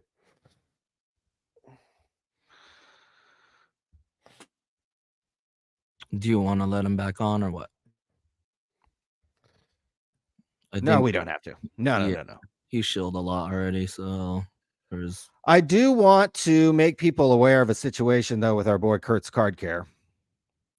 And first of all, for the 3 ladies that are watching, this is the back alley at Sir, the famous Vanderpump Rules show, where a lot of drama with Jax Taylor and the Tom Toms and Katie and all your stars of Vanderpump Rules. Again, the 3 ladies that are watching probably know exactly. When I posted this on Instagram today, every single girl who follows me for some reason contacted me. So might be going there later tonight.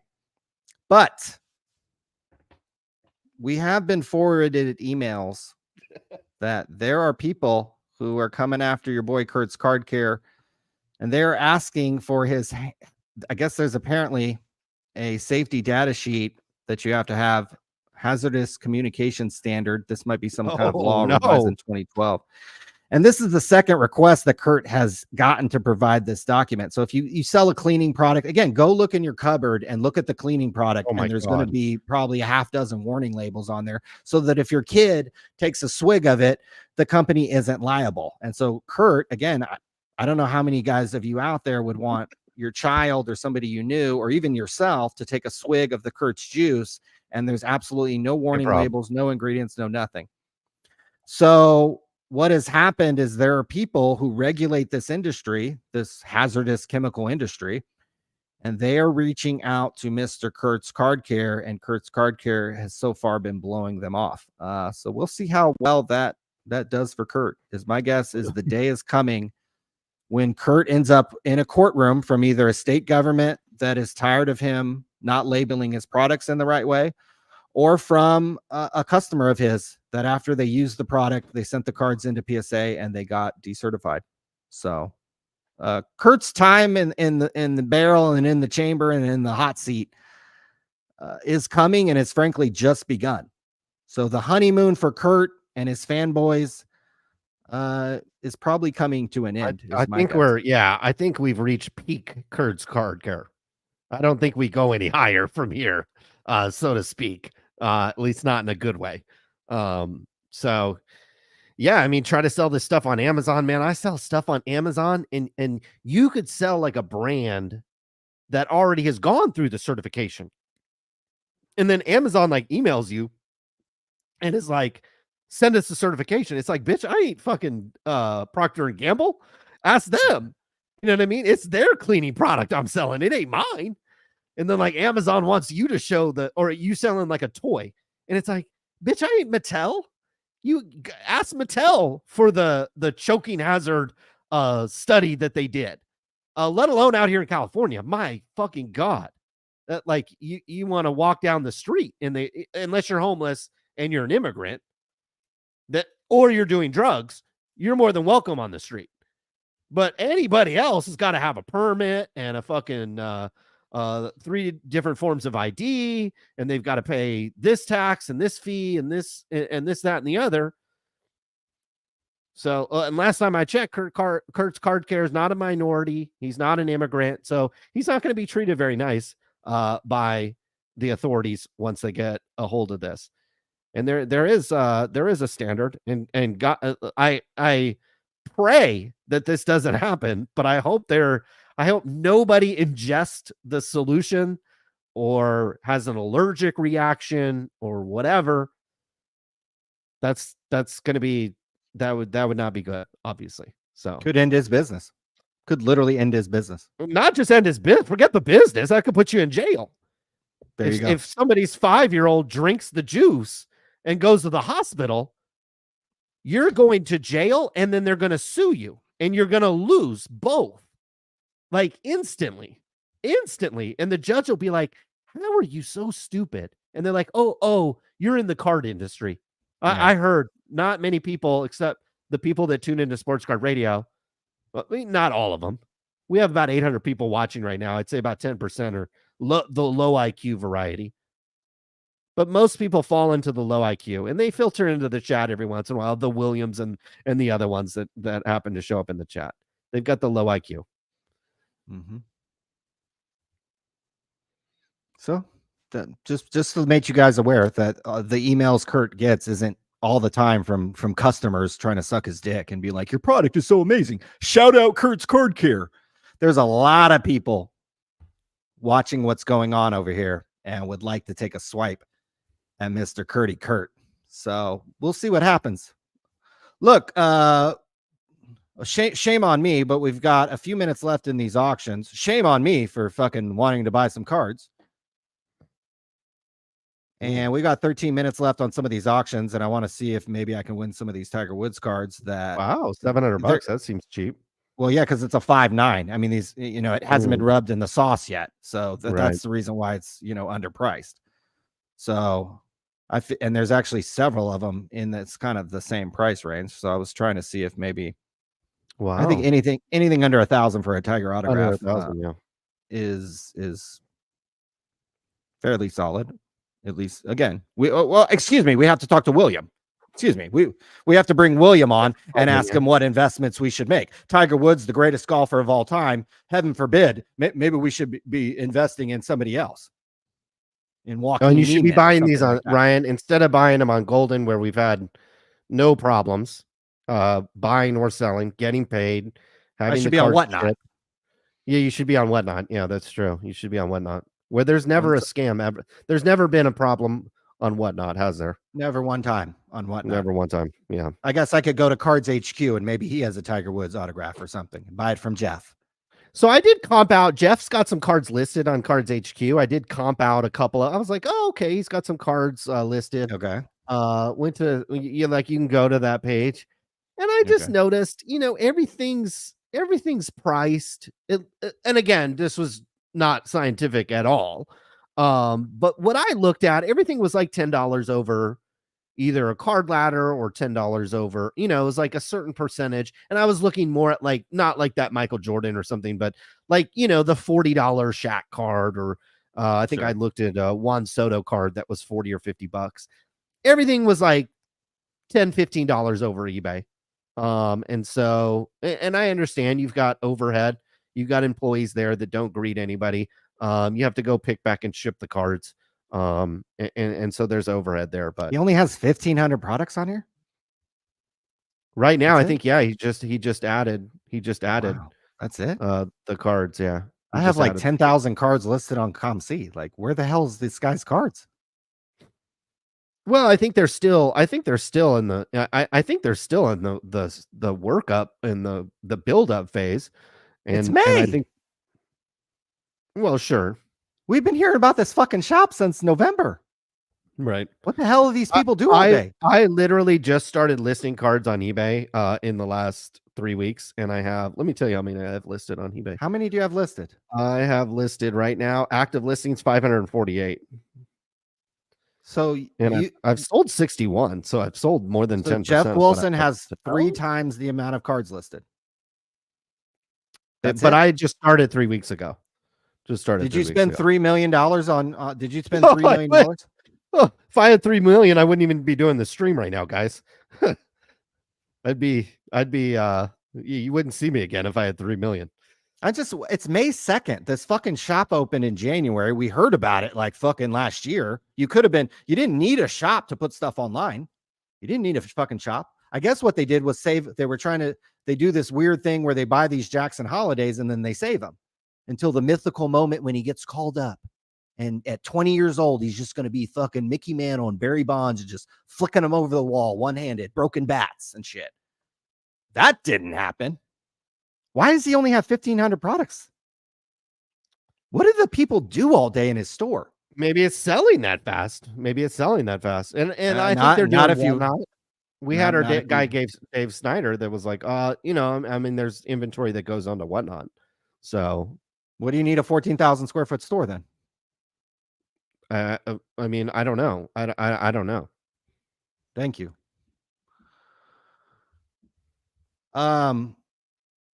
Sports Card Radio will be going on tour. And I did get a text from the owner of Burbank Sports Cards today. Thanks for the help on that. Talon, Auburn Sports Card Show, making the introduction. Shout out to Tim, who we were like, dude, we should just go on tour one day. We're probably about 30-40 minutes apart. I can go pick them up in the Tesla and we could just hit any of these card shops around the area. And so we will be going to Burbank Sports Cards with camera crew, with Tim, with me, and anybody else. I'll post on the community section what day we go, or I'll mention it on a live stream. We might go next week. And we will be at Burbank Sports Cards. I want to see the back room. Talk about somebody who doesn't give a fuck about Fanatics and their boxes.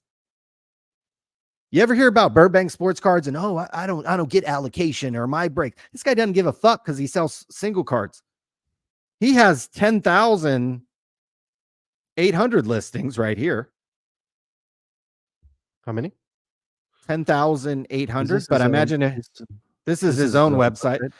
My guess, if you went to his eBay, I'm sure it's probably considerably more than that. That's where I draw inspiration. I look at their eBay, like just the other day I was on their eBay account. And I just went to sold, and I was like, I just kind of want to see like what's selling and like what is he selling kind of on a daily basis on eBay. Because I was like trying to validate my strategy, because it's like, man, I'm gonna be spending a lot of time. I bought, he's got a lot of stuff. I bought one of these scanners that, like scan the card super fast or whatever. And I was like, is this even worth it? Like, is this a good idea?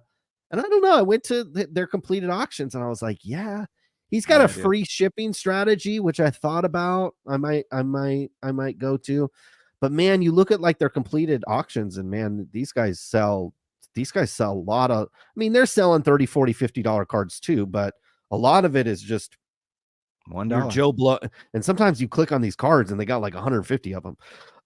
And so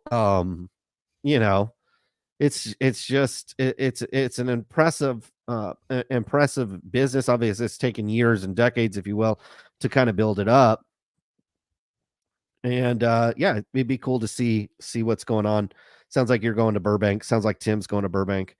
And so if you are in the Southern California area and you want to be a part of the Sports Card Radio Tour, if you have a shop, if you're a breaker, if you're a one-man band, if you're whatever, if you're involved in any kind of way and you want to be picked up on the Bang Bus, we got the Bang Bus. Tim's driving it. We're picking up Christine. We're picking up Rattle Pokemon, picking up me. Whoa. And we're heading over to Burbank Sports Cards, and anybody else who wants us to come in. And we're bringing some beer over to Burbank Sports Cards. That's the deal. We got to bring over some beer. So we're bringing a case of beer to Burbank. We're going to go in. We're going to look around. Hopefully he lets us in the back. I want to see all the cards. I want to talk to him. I want to talk to him about slanging single cards. He's got 2 million listings on eBay, guys. You don't think I want to salivate talking about this? Boy, Jeff Wilson has 1,500 listings. This dude has Wow. 2 million listings. I mean, like, I don't think I don't think it's fair to compare anybody's e-commerce store. Burbank, when we were little kids, we were writing to this guy, and then he would write his inventory and he'd send it back. Like, we were buying off this guy when we were little boys, basically. Well, and I remember being at the industry, speaking of the industry summit that happened this past week. I remember being at the Beckett Industry Summit. This had to have been whatever, when I was allowed to go, 2012, 2013. I was in a room with like 2 other people, and I even think one of them was female. And Rob Veers from Burbank Sports Cards got up there and gave the best presentation I've ever heard about selling common cards on the Beckett marketplace at that point. And I swear to you, I think I even told you, I was like, dude, I want to buy 50,000 cards right now and put them online and do the exact same thing. And this is 10 years ago. The best presentation I've ever heard. And I've heard a lot of them, and I've slept through a lot of them. And the power went out during one of them at the stupid fucking Tops conference at the Orleans one time. The power literally went out in the building at this stupid thing. Rob Veers gave the best presentation I've ever heard. It was literally in front of 3 people. And so I'm looking forward to meeting him. Thanks for reaching out to us today. And I will be in touch soon with some dates and some times, and we will link up. I'm in Los Angeles for the next month, so we will be going to Burbank Sports Cards. Look for some coverage and some footage of Sports Card Radio in the Bang Bus going to Burbank. And if you'd like to meet us there, please join us. And anywhere else in the Southern California area, please reach out to us, sportscardshow@gmail.com. We would love to come hang out. Bring the bus to your store. Bring the bus to your breaking operation. Bring the bus to your house. Like a meet and greet. Meet and greet to Tom, to Sir, wherever we have to go. And so we're very excited about that. So I did want to mention that because all of that kind of came together. Tim and I were talking, and then I started texting some people, and then literally like 30 minutes later, I got a message from Burbank Sports Cards saying, come on down, bring a case of beer. And so we're going to be doing that. There's something else I do want to talk about. Shout out Alan White. Shout out Alan White, CB Hobby with another $99. Oh my God. I say we go 3 ways. I say we go a third tonight, because this is record breaking. Okay, we'll do that. I'll pay Tim shout out out cash. Alan White. Hell Okay. yeah. I'll take mine in cash too. So my wife don't I'll see you in a month. All right, I'll see you in a month. No paper trail. No paper trails. Yeah. Crypto. Shout out Alan White. So thank you, CB Hobby, with the 99. Appreciate it. Can we get William though? I'm high bid on 3 Tiger Woods autographs with 4 minutes left. Can he tell me, is it a good investment to buy the greatest golfer of all time's autograph? This is $750. I don't know. It'd be Maybe not. $924 for this one, $1086 for this one, and $976 for this one. So we'll have to get William on the line. If Tiger Woods is somebody you can invest in or not. Maybe I should be buying Justin Thomas or somebody like that. So we're gonna pick up CP and Alan White on the bus. Okay, yeah, guys. If you want to get on the bus, just drop it in the chat that you want to be on the bus, and we're gonna pick you up. Send us your address, pickup location. We can pick you up at a Costco. We can pick you up at a Walmart. Maybe you don't want us to pick you up at your girlfriend's house, but yeah, keep her at home. Keep her at home. Yeah. Well, yeah. Hide Christine is Christine said she's on the outskirts of New York. We will be in New York City in May, June, July, August, 3 months. So 3 more months. There is that opportunity. So could we potentially be live streaming on the bus with Christine, who seems very, very ready to go. So let's make it happen. Okay. You know who else was ready to go to pat themselves on the back this week, and who's having a big week, is Mr. Blaz Sports Cards, who has pulled, where is it? Not 1, not 2, not 3, but 4 Black Nebula 1-of-1s in the last week. These are from 2020. Maxi, Anthony Edwards, LaMelo Ball. He then pulled the Wembanyama. Wow. And now I made a video about this, and then a couple commenters, and this shows you how naive and how stupid some of the people in this hobby, They came to me and said, hey, you don't know what you're talking about. Those boxes came from GTS distribution. And guys, I don't have a whole lot of time to go into it, but GTS distribution is the biggest good old boy in the hobby, guys. Oh my God. I think when we say good old boys, people think we're talking about Jeff Wilson. Jeff Wilson isn't in the good old boy club, guys. He wishes he was. He's not. The biggest good old boys in the hobby, literally, let me start at the top. GTS distribution, Southern Hobby, probably DA Card World. Adam Martin is on that list. Probably Tom Fish of Blowout Sports Cards on the list. I missed a few other of the distributors, but Southern Hobby, GTS are probably one. GTS is one. Lloyd Key of GTS is the biggest good old boy in the hobby. So when somebody said that Blez got his boxes that had the nebulas in from GTS, I was like, guys, that makes it more probable they were loaded. Right. One, because GTS is the biggest homie of Panini. You guys want to talk about these special events and these industry events? Guys, you don't want to know what Lloyd Key of GTS has been hooked up with in his fucking life. Guys, it's unbelievable. The guy's a multimillionaire, lives in the Bay Area of San Francisco. Guys, GTS distribution is the biggest good old boy in the entire hobby. So what that means is this Anthony Edwards card, what is it worth? I don't fucking know. You guys make up a number. 500,000, a million. Guess who doesn't care about $1 million card? GTS.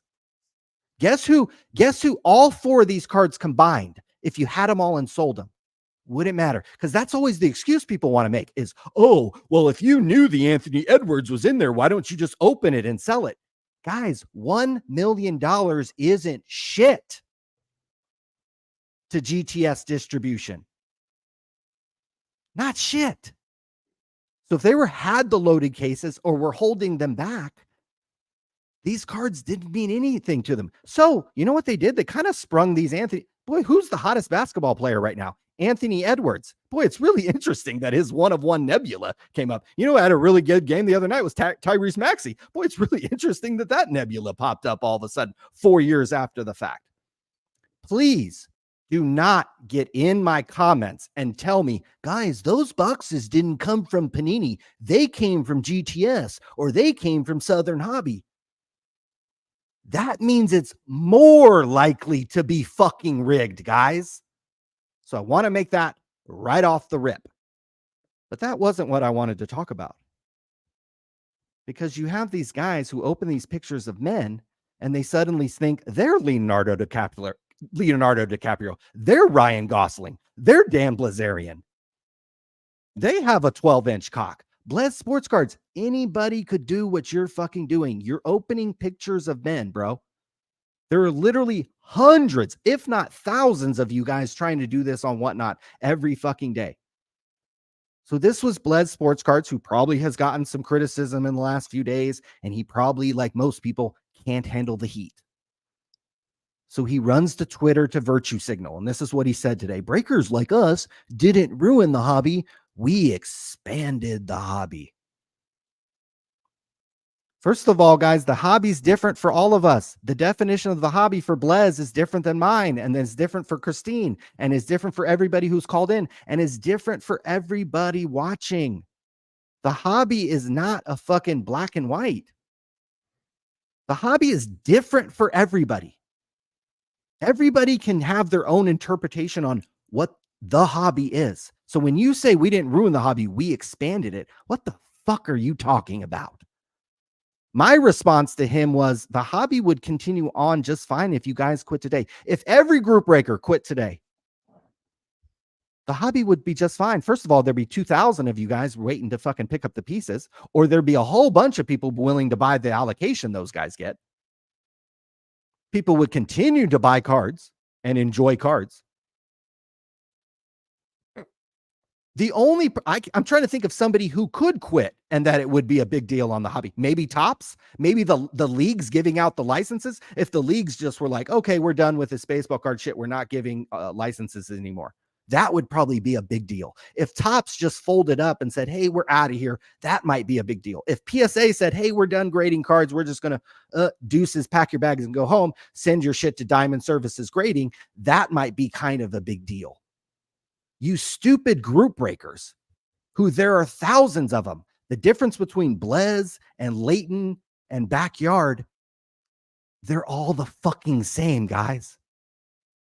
If Sports Card Radio just closed the laptop, and this is the last stream we ever did, the last piece of sports card content we ever made, the hobby would be just fucking fine, guys. Business would be just fine. So you guys with these massive egos, and it a lot of times it's breakers, because maybe they haven't been humbled yet. Maybe it's coming. But I don't know why this triggered me so much. I think I don't like when people in this hobby get on their fucking high horse and start virtue signaling. Breakers like us didn't ruin the hobby. We expanded the hobby. Yeah, what are you trying to do?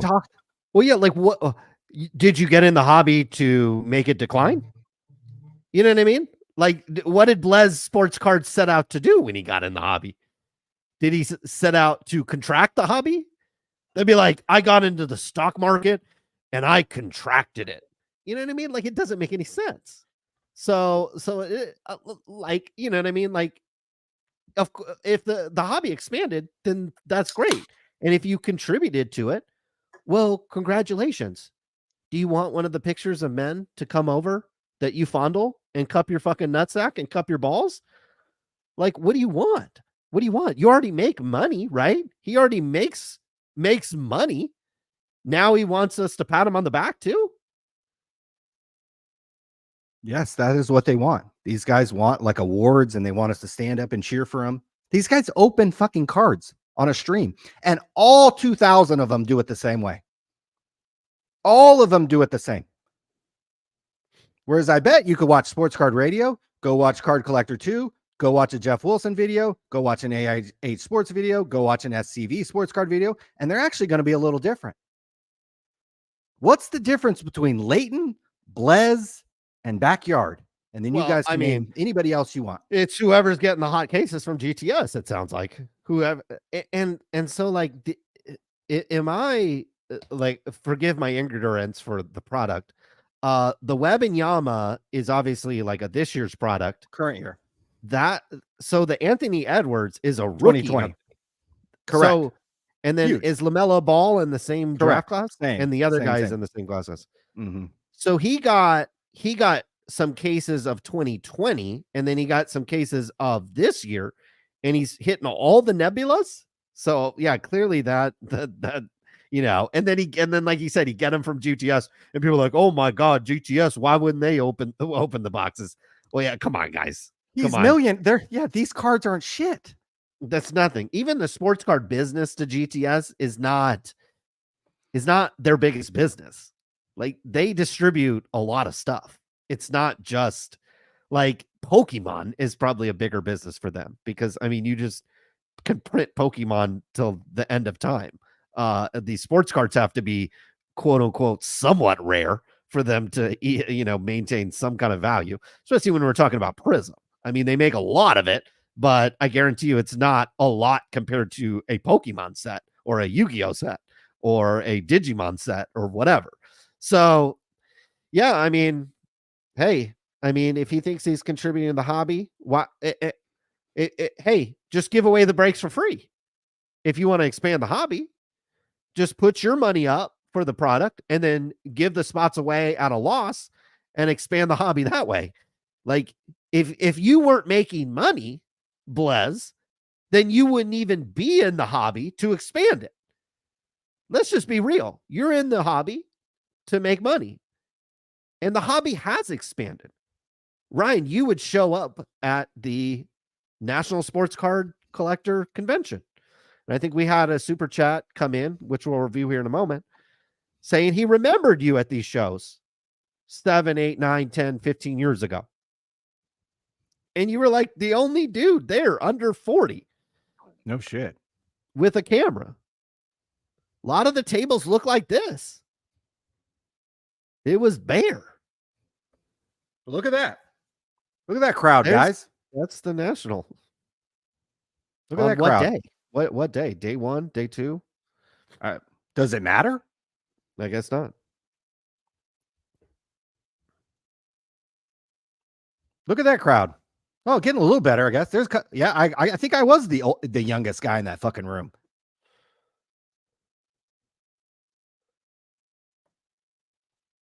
This is 10 years ago. Coming up on 10 years ago. Where was Blez? Was Blez around here? Was Blez expanding the hobby in 2024? 2020? Where was he? In his mom's womb? Some of you guys have come around really recently. And you want to stand up on top of a hill and be like, I grew this industry. I'm fucking this. Buddy, you pulled a couple good cards in a week that you got from your buddy Lloyd at GTS. I think he even put a bounty out for this card. Do we know who hit these? I love how these cards get hit and nobody ever finds out who actually hit them. Boy, it'd be a hell of a riz. Hell of a riz if GTS knew it was a loaded box, Blez put out a bounty, and they just rigged the break so that they pulled it. Then they'll send it off to get grading, and then they'll send it off to a consigner to get sold. Hell of a riz to get you guys all rizzed up and be like, oh boy, maybe you'll pull the fucking LaMelo, or maybe you'll pull the Anthony Edwards. They get you guys all ginned up because you think it's on the up and up. Imagine like Christine turned $16 into, $16K or whatever she said. If these guys get one big hit, imagine what they can do with that type of money. Right. I want to know who bought into the break and pulled the Anthony Edwards. Why don't we ever find that out, guys? Yeah, no one ever posts their hits. Boy, that's kind of weird, right, guys? These big hits come out and nobody flexes them, but then they end up over on Golden or PWCC as an anonymous consignment sale. Doesn't that, do you guys ever scratch your head at that? Someone of in course chat not. says, I heart Blez. I hit the Maxi Nebula. Big deuce. Prove it. Prove that you actually did, though. Don't just say, actually prove it. Discord. Show it. Prove it, because I'm tired of these little anonymous trolls just come in here and say, this. They'll say whatever they want. That's probably Blez himself in the fucking chat. Blez is big deuce. Well, here's the deal. Like, I wouldn't put it past somebody from hitting the Maxi or the was Anthony Edwards or Wembanyama or the LaMelo Ball, but it's like, okay, especially when we're talking, all of this is going to be a very expensive spot. I don't know what a spot to get into the Spurs, but it's like seeing the guy hit the jackpot at the MGM. It's like, well, yeah, he just hit 5,000, but he coined in 18,000 to win that. You know what I mean? So I look at these hits.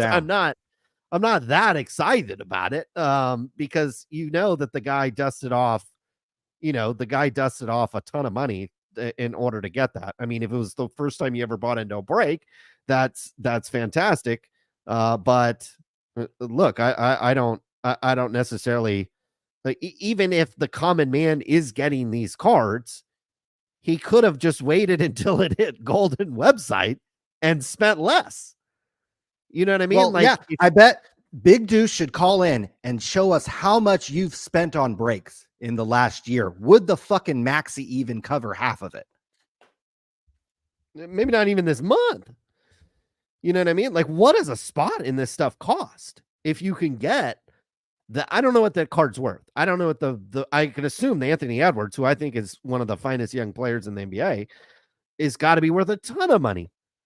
And obviously the Wembanyama, it goes without saying. So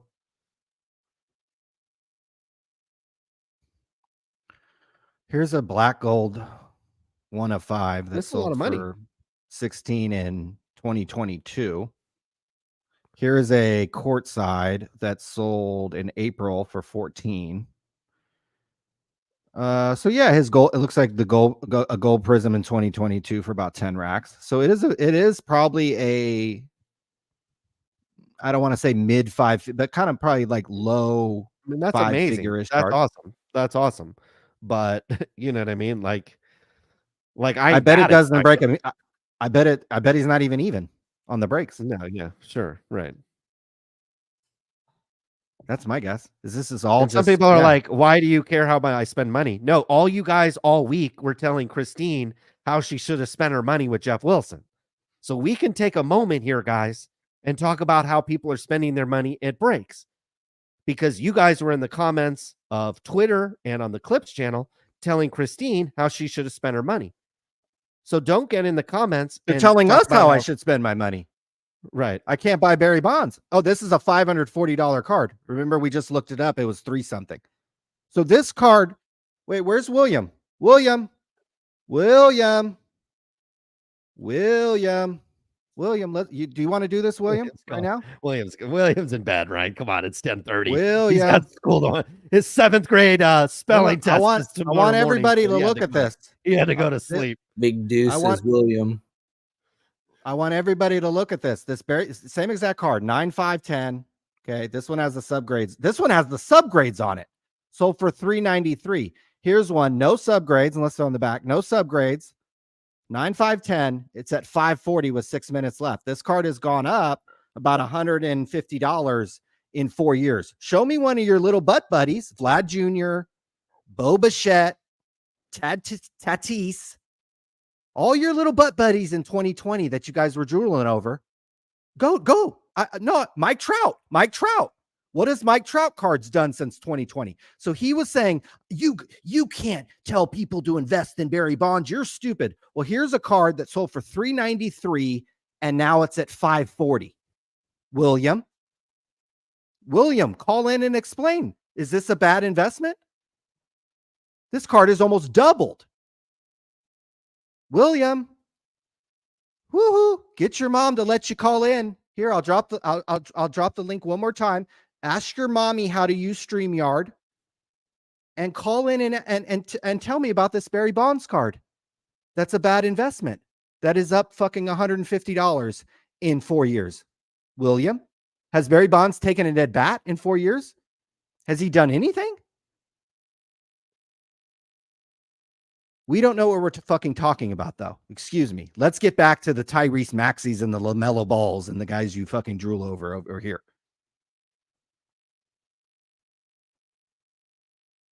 So I don't know what Blez is on a high horse this week because he pulled the big cards. Everybody's sucking his dick. He probably should go over and buy into his breaks. So Lloyd from GTS is shoveling Blez some loaded boxes, probably to generate business. Probably because GTS and everybody else sees that these cards really haven't fucking moved an inch in the last 2 years.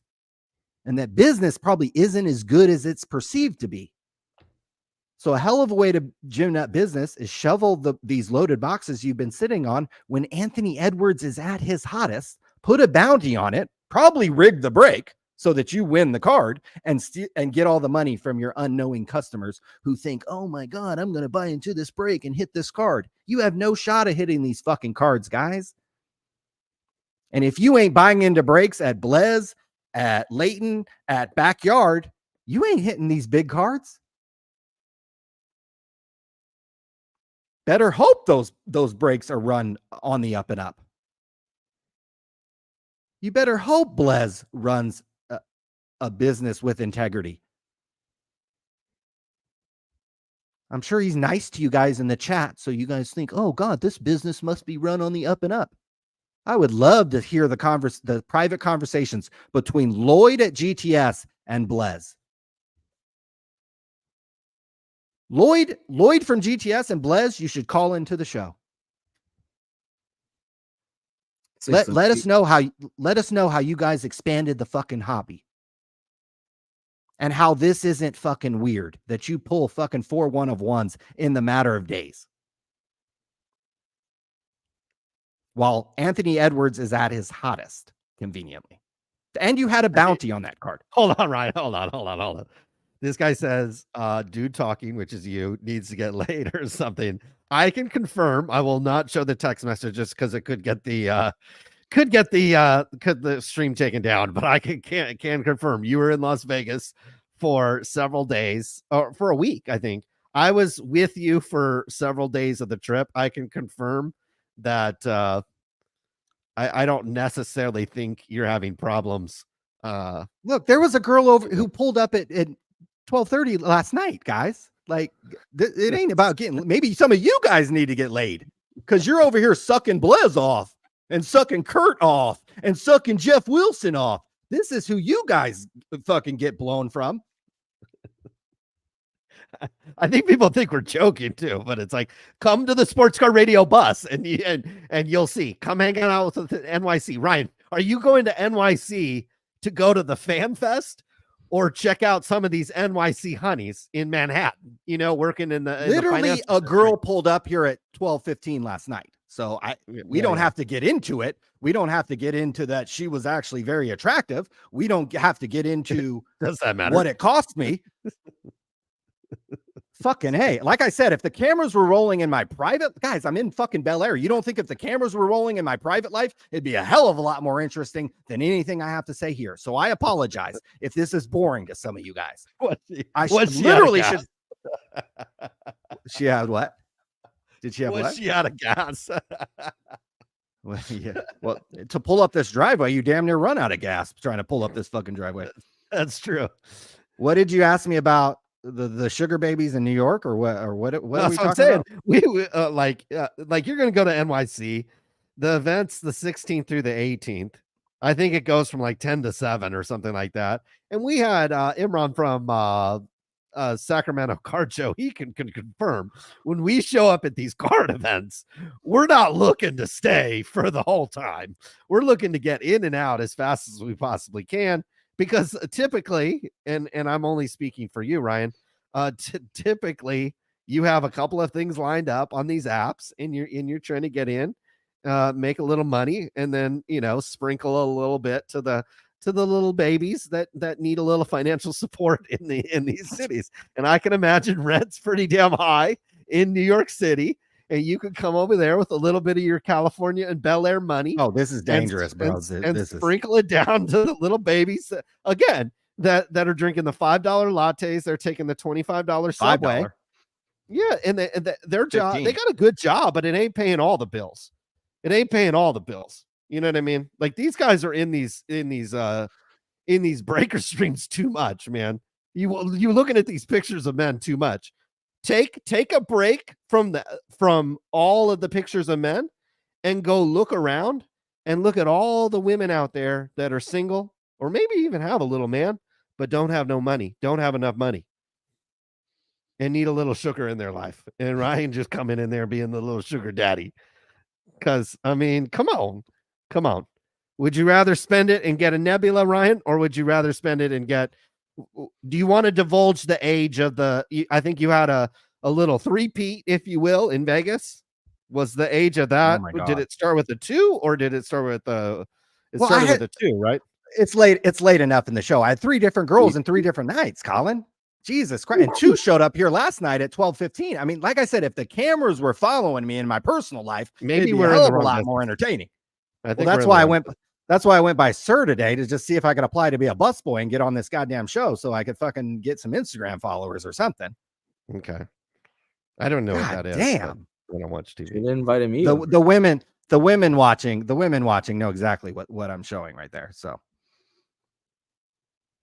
Okay. And hey, if you don't know what this is that I'm showing you, you maybe haven't been laid in 6 to 8 months unless you're married. That's and my 608 Rips wants to know how much you paid the women. Guys, I'm married.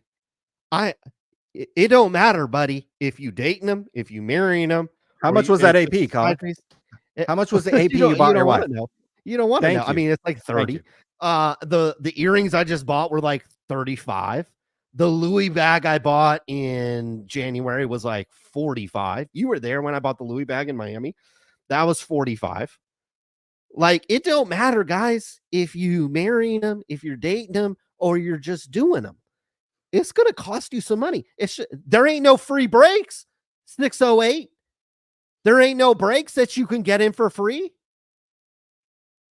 No, believe it or not, it ain't. Nobody watching this chat is Leonardo DiCaprio. 608, yeah, 608. Call in and let's see if you look like Ryan Gosling or fucking Leonardo DiCaprio. Yeah, see what type of ladies you pulling, bro. If that's the case, maybe you got them falling over you, but you probably working your ass off. It's not easy shooting movies, recording albums, and doing all this other stuff. And believe me, if you married, if you dating, it costs you money. Just like buying into the break, just like pulling the Nebula, you had to spend $84,000 to pull a $15,000 card, congratulations. Okay. There's people paying for pussy too these days. Okay. It ain't that big of a deal. And in fact, you ask, get a random group, Ryan, of 99 men out there, or 100, get a random sample of 100 men in America and be like, what would you rather pay for? A chance to pull the Nebula Maxi or a chance to get a little 24-year-old in Las Vegas and see which one they choose? Maybe, again, the generation that we don't speak to really, kind of that next generation, Gen Z or whatever, Gen X. I don't know what the generation is, but they're confused about their gender. They go both ways. They kind of flip flop. I mean, maybe they would rather have the Nebulas. They probably would. That's probably why it's triggering, because they've never had sex in their life. So they've never chased a woman. Well, their mom is still bottle feeding them. I mean, their mommy's literally bottle feeding these guys. I mean, I had a guy tell me that investing in Barry bonds is fucking sucks. This card ended, I think, at 540, and then we saw that you could buy it for 393. Here it is at 393 4 years ago, and now it's at 540. But we don't know what the fuck we're talking about. If Bless wants to come on, he can come on. There's, we ain't going on his stream. His stream has less than ours. Why would I? It's like going from one party where it's popping to a party where there's nobody. Why would we give him free marketing? I mean, he can come on. I don't care. We've had C-Bless on. We're not gonna take our audience there. No, yeah. I don't like if he wants to come on, he can come on. We're not we're not scared to talk to people. You know what I mean? And we're not scared to hear people talk. Won't come on and talk to us, this Tyler guy. No. You guys are all chat, which is fine. That's why the chat is there. So you can keyboard warrior, but it's probably, 10:45 for a lot of you. And you probably have a midterm tomorrow. So, you know what I mean? Like, how many followers y'all got on Instagram? Who fucking cares? Who cares? I don't know. I rarely log into Instagram. This is what the new generation cares about. Right. You guys care about your followers on Instagram, not the girls you're banging. You guys are fucking disgrace. Tyler, call in. You call in, bro. He cares about Instagram followers. Who fucking cares about Instagram, bro? We talking about Instagram. That's why Mark Zuckerberg's so rich. That's why Mark Zuckerberg's so rich. These guys don't care about the pussy. You could be banging like 19 different girls, but you only got 300 followers on Instagram. Y'all making this guy rich. This guy's rich as hell because this is who you're making rich. He's rich as hell because you guys. This motherfucker. Look at that AI shot. Is that no way? That's him on the right. I think it is. That is a new Zuck look. Is it? Oh wow. Yeah, that's how I looked at fucking the UFC match. Y'all making this guy rich. I'm worried about getting pussy. You can go ahead and stuff dollar bills in Zuck's fucking pocket. Fucking A. How many Instagram followers you got? Shut the fuck up. Shut the fuck up. Tyler, call us and tell us about your Instagram. How many followers do you have, Tyler? Yeah, let's see your Instagram. Fucking A. Oh my God, Blez has a lot of Instagram followers. How much shit did he have to give away for you guys to follow him? How many contests has he done that made you follow him? How much did that cost? He followed How much pussy has he gotten on Instagram? He followed Blez because Blez takes his shirt off a lot, and that's what he followed for. Maybe that's why. How many? He literally said that as guys. How many Instagram followers y'all got? I've been fucking like 6 chicks in the last week. But how many Instagram followers I've got? Hey! Look at I him know exactly. exactly. He's backtracking. Look at him. I know exactly how many Rolexes I have. I know exactly how many APs I have. I know exactly how many carrots I've bought my wife. I know exactly how many Teslas I have in the driveway. I don't exactly know how many Instagram followers I have. But I do get on there. I find that the engagement to follower ratio on Instagram is very high, but I have I have like a 5 to 10 minute limit on my phone. You can limit apps that you use on your phone. I have a 5 to 10 minute limit on every social media. And so if I'm on it for more than 5 to 10 minutes, Apple says you're off, and then that's it. Because y'all over here making him rich. Yeah, exactly. I ain't trying to make him rich. I will promote our stream on there. There's a lot of DMs that happen on there. You can contact people, but I ain't trying to get, I'm trying to get the kind of money Mark has. I ain't trying to make Mark rich.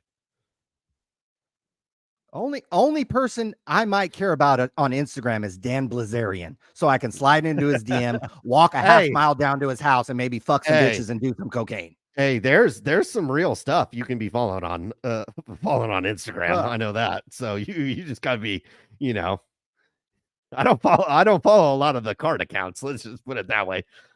How many Instagram followers y'all got? Are you fucking kidding me? Got a $20 million website. How many Instagram followers you got?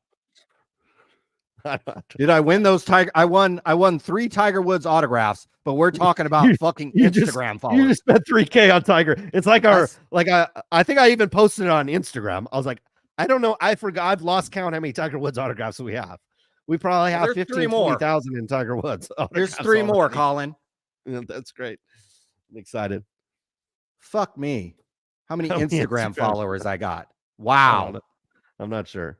Less than I spent on Tiger Woods cards today. That's all I got to fucking say. And less on the girl, the girl that's coming over in a couple hours. Less than that. Fucking A. Why doesn't he check on Instagram and then report back? Because I don't. I'm gonna take, if we spent $3,000 on Tiger Woods autographs, I'm gonna take the under that we have less followers than what we just spent. Let's find out. Okay, Sports Car Radio Instagram. There it is. It? I can't even log in here. This is you. I don't even log in here. I know. If you logged in, we'd actually have more. I've only posted 122 times. I'm only following 182 people. People have to ask me to follow them. This is not good, apparently, I guess, or whatever. Not good. It's not great. It's not. So there you go, Tyler. There's the answer to your question. 4,445. I literally just learned you can collaborate posts with people like Break Comp. I was playing golf, and then it was like Break Comp wants to collaborate on a post with you. And I was walking to the tee, and because I had to skip 2 holes because I was late for my tee time. So I was like, oh, what the hell is this? And so I don't know. I clicked a couple buttons and I think it made the post. Otherwise, I probably wouldn't have posted that. I think my last post was well before that. I do use the story feature every once in a while. So yeah, I do. Instagram's okay. I think that was my last post. That was 35 weeks ago. So you can see I'm not a prolific poster of the Instagram. So wow. So there you go, buddy. We got 4,000. So hopefully, Tyler, you can call in and you have, I guess, at least that amount. I don't know what's a lot or a little. I don't know. I don't care. I don't fucking think care. It's a lot, but I have other accounts that are higher than that, but we don't need to talk about those. Good Lord. How many does Dan Bilzerian have? That's all I fucking care about. Which girls are they? He has a lot of Instagram followers. He has a lot. Good Lord. Talking about Instagram. I spent 3,000 on Tiger Woods cards tonight, but don't have any Instagram followers.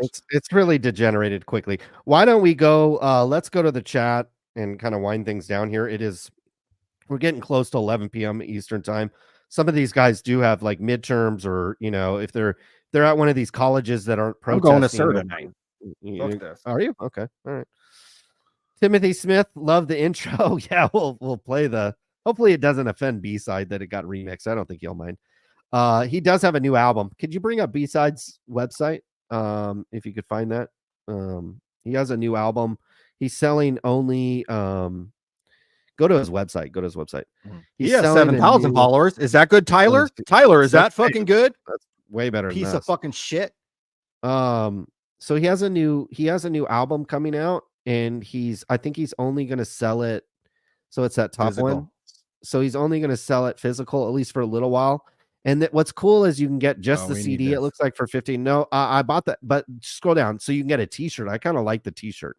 I can't remember how I got the hoodie or the t-shirt, but I pre-ordered it. If you want to support B-Side, this would be the way to do it. You can find the link I'll do it in We'll chat. put it in the chat, but you can find it on his Instagram and all that other This stuff. is wet, so baby. support wet. support the B-side by pre-ordering this CD.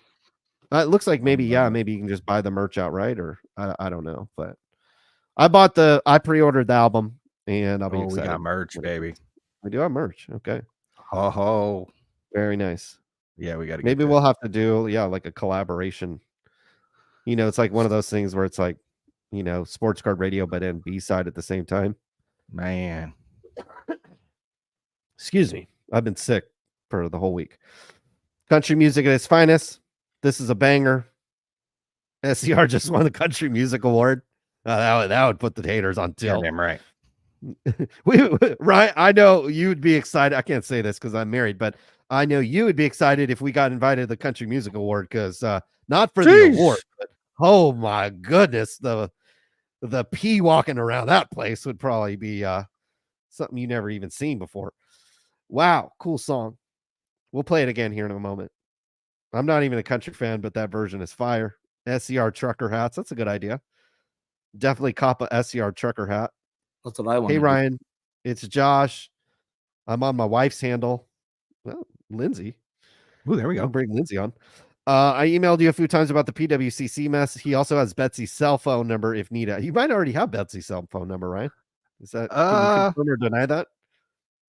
She was not one of the girls over here last night. That's all I can say. Okay, fair enough. Billy Joe with the $20. Great intro, kicking off the stream hot. Yeehaw. Christine calling in. We finally got her on the right line. Appreciate Christine calling in. Collector's Dream, an Otani card sold for $90K. $90K. Where are you guys getting all this money from? I don't got $90K. $3K to spend on Tigers, but not $90K. They ain't spending on girls, obviously. Well, maybe they are. I'd love to see the kind of girl if you spend a $90K on an Otani. Jeez. Costco hot dog, $1.50, has held its value for 20 years. Bang. What have you done, Jeff Wilson? I mean, that about. Costco hot dog, every time I'm in Costco, I'm like, damn. And I think you get a soda with it. I actually think you get a soda and a hot dog for $1.50. Yep. Like, damn. I don't know. I'm kind of like, they have Wagyu hot dogs at the grocery store around the street from me. So those are the ones I eat. But maybe if I lose my job or something, I'll hit the Costco. Tell the Costco hot dog followers that Nason's Colosso quarter-pound dogs are on sale for $1.25 each at Kroger. Oh, I think it's Ralph's where y'all are. Okay, so yeah, you can go to Ralph's or Kroger, and you get a quarter-pound hot dog for $1.25 each. You don't want to know what I pay for Wagyu hot dogs, right? $9 each? Nah, they're like $5, I think. Oh, that's not bad. It's not bad. Queen City Cards. Gents, I love the music. Drama Queen. Wait, no, you gotta say Drama Queen because of Jeff. Drama Queen City Cards. Drama Queens. But may I suggest a one-night switch to Noga Ertz Vandalist? Trust me on this one. Okay, maybe next week. Well, the problem is if it's copyrighted, we get it's difficult to play. We used to be able to play copyrighted music on the podcast. Hey, she could come over. Oh yeah, I better check the age first before I say come over. Exactly. Oh, she's 34. Okay. 34. No, 34. Fine. It looks good for 34. Yeah. Well, I'll definitely listen to the song. Actually, I'll slide into her DMs and see if she'll let us use the song. That's even better idea. Have her come on. Yeah, she can come by. She might be in LA. Yeah. How many Instagram followers does she have? She gotta have a ton. Oh, is that a lot, Tyler? Is 340? Is 340,000 a lot, Tyler? That's a lot. Tyler, is that okay? That's a lot. Does Blez have more? How many does Blez have? That's fine. What's his name? Probably a lot. It better be. How much is he? 7,000 posts. So he's got 7,000 posts. I think you look at it as like post to follower ratio. Like he's got 7,000 posts and he's got 60K followers. I think we had like 180 something posts and 4,000 followers. So it's like you had 100 posts and 4,000. That seems like a solid ratio.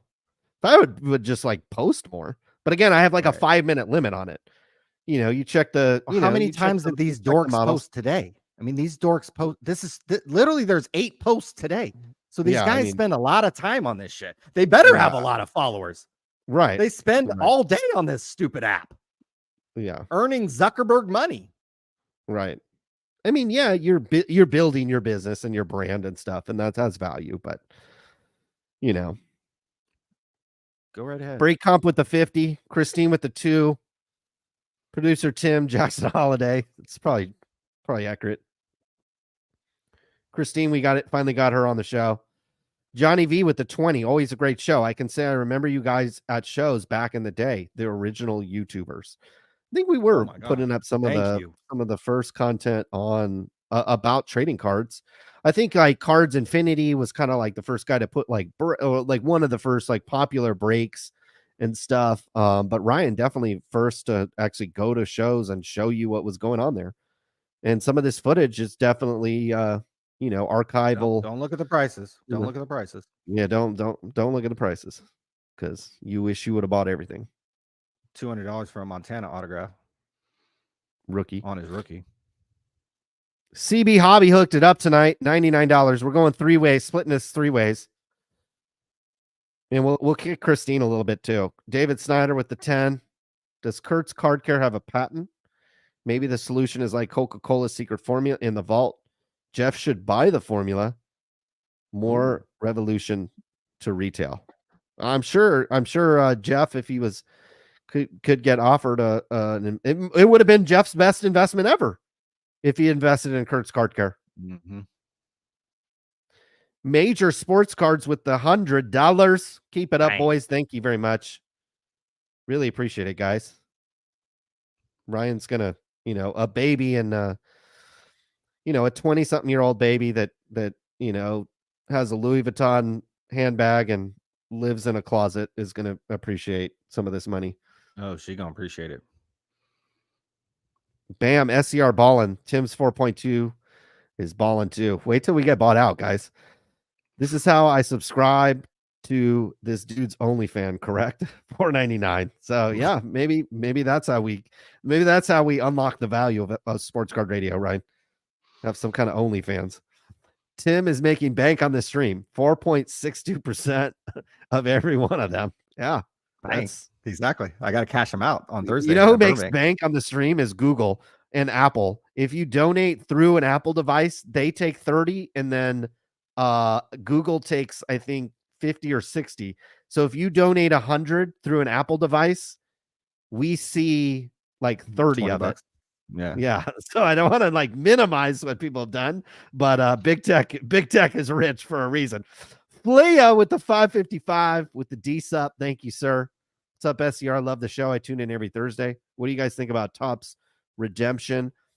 I think we talked about that on Tuesday a little bit. Hey, they can extend the redemption all they want out to infinity, but does it increase the speed in which they return the redemptions? That's what we're looking to see. But I do think they're making investments there, and I do think it will get. I don't know about substantially better, but I actually have more confidence in Topps making it slightly better than Panini and certainly the previous area. We're the TMZ of the hobby, according to Breakout. I'd love to have a website worth as much as TMZ. TMZ is one of the best websites of all time. I mean, this has stood the test of time, this website. And you don't have to hire anybody that even knows how to write. I mean, it's just picture, headline, explanation point, 8 sentences. Here's everybody in the hobby. Everybody in the hobby looks like this cat, right? Like. Ryan Gosling, and just banging chicks left and right, right? That's what you all are doing, right? I lost 10 pounds. I think I'd be close. True. Shit, I wish. I think if that is lady, I think he could do better than that. But I have no idea. I don't got a full worth 1% of TMZ. Yeah, me too. Oh my god. They got a TV show too. This is popping. Could Cards HQ go public? No way. No way. David Snyder. There's no way. There's no way. Go public on what stock exchange? I don't think it exists. We're getting a lot of followers right now on Instagram. I think people are just finding out that we're on Instagram. So next week, what was the guy's name? Tim or Tom or Tyler. Travis? Tyler. Yep, we're up to 44, 46. Oh man, we're rapidly climbing the ranks here. Barry Bonds for the Hall. Go Giants. $25 from Philip. I agree. Whether he makes the Hall, it doesn't really matter. His cards have gone up. He was entertaining to watch, and I've watched the Giants recently, and God, if Barry Bonds was on that team, it'd be a hell of a lot more fun to watch. All these super chats going to be able to cop a Patek by the time the show is over. Maybe. I'm trying to get to Patek status. That is a different level. I mean, my wife's on AP status, which is kind of a second level, but Patek's pretty high up. There's ones I like, but they'd be worth more than my house if I bought it. Philip again with the 10, hoping Christine slaps the PPP out of Mr. Jeff Wilson. We hope that too. Well, I mean, we're going to be in New York City. I got to imagine Jeff Wilson's going to be in New York City at the same time. There could be, a chance of a confrontation, or at least some kind of moment there. So we'll have the cameras rolling. That's for sure. What I want to do is, and I've done this actually before at the National, I did it to Tom Fish. I like to go by these people, and people don't believe me when I say this, but I like to wait till there's a whole bunch of people around. And then I walked by the blowout booth and looked at Tom Fish and was like, hey, who hacked your website or whatever? And you should have seen and he said, get the fuck out of here. And you should have seen the look on the employee's face when I said that. They could not believe that I walked by the booth and was like, hey, what happened to your hacked website? So I think with Jeff, he could be like in a big crowd of people when we walk by and be like, hey, what's up with that PPP loan? Just see what his reaction is. I think that'd be kind of funny. Our boy Paul, that on camera. Our boy Paul says he's got an item in the Golden Elite April auction that needs some sports car radio juice. It's lot 1103. It's 1998 to 2001. Stone Cold Steve Austin signed WWEF championship ticket stub, PSA graded collection of 6 of them. So if you could pull that item up, it looks like it's a 6 lot of Stone Cold Steve Austin signed WWF championship ticket stubs. We'll get that up for you, Paul. Thanks for the $20.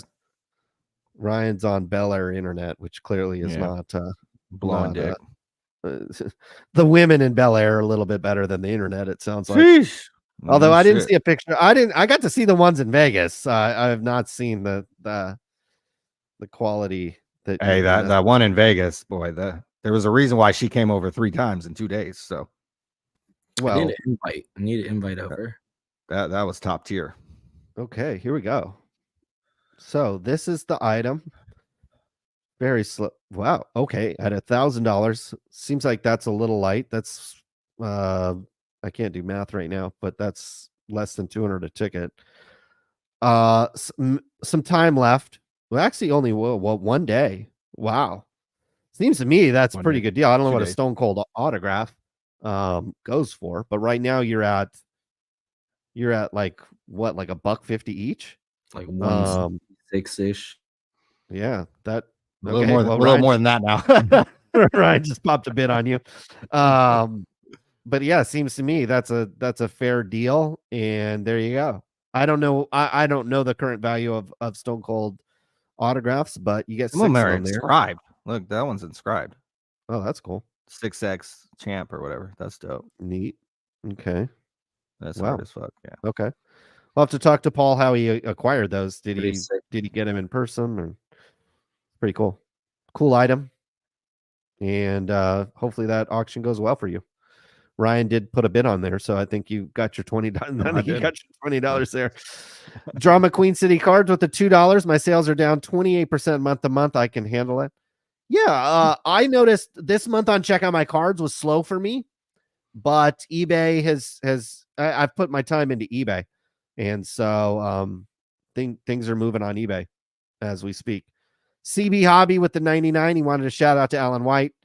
CB, you get a shout out to anybody you want for the 99. Appreciate it. Thank you very much. Again, Ryan's baby that'll be coming over later tonight is going to be excited about that. Where are you selling besides eBay? ComC, Golden. Those are the 3 sites that we are currently selling at. Some people sell on like Facebook Marketplace. I think Christine said Macari. There's nothing wrong with any of that. Just the interfaces for me wouldn't really work out for my business, but maybe we'll expand there. But yeah, those 3 sites right now. We need SCR World Tour 24 t-shirts. I mean, if I get fired, we gonna have merch. If I get fired, we'll have merch right away. But so far I'm still employed, so things are good for me. Did Burbank buy out BBC? BBW? BBC is Exchange? I don't know. I'm not sure. I'll ask him. I could ask him. Okay, there we go. We'll have Ryan. Did you see Colton Cowser on Sports Card Investors Top 5? Ryan. Oh my God. Happened? Actually, I sent it. I sent one of them to Tim just because I figured he should have it. All right. So all right, some of that equity. I have it. Okay, there it is. All right. So Tim will make some money on Colton Cowser, and then he'll buy some Magnums and lube, and right. you know, I'm sure those app subscriptions, those can't be cheap either. So you gotta pay for those. Yeah, pay for those. Philip Fabiani with the donation to Christine's travel fund to make a trip to Cards HQ to meet Jeff face to face. I swear we're going to be in NYC Fan Fest. I think she said she was upstate New York or Buffalo. I don't know. I've never been there. I can't, but California shit. I mean, everything's an hour and a half drive, 3-hour drive here. So if she makes it down to the Fan Fest, I guarantee Jeff's going to be down there simping for tops. He's going to be simping for everybody. Forget just tops. He's going to be down there simping for everybody. And so might even have a booth. He's probably going to be trying to set up there.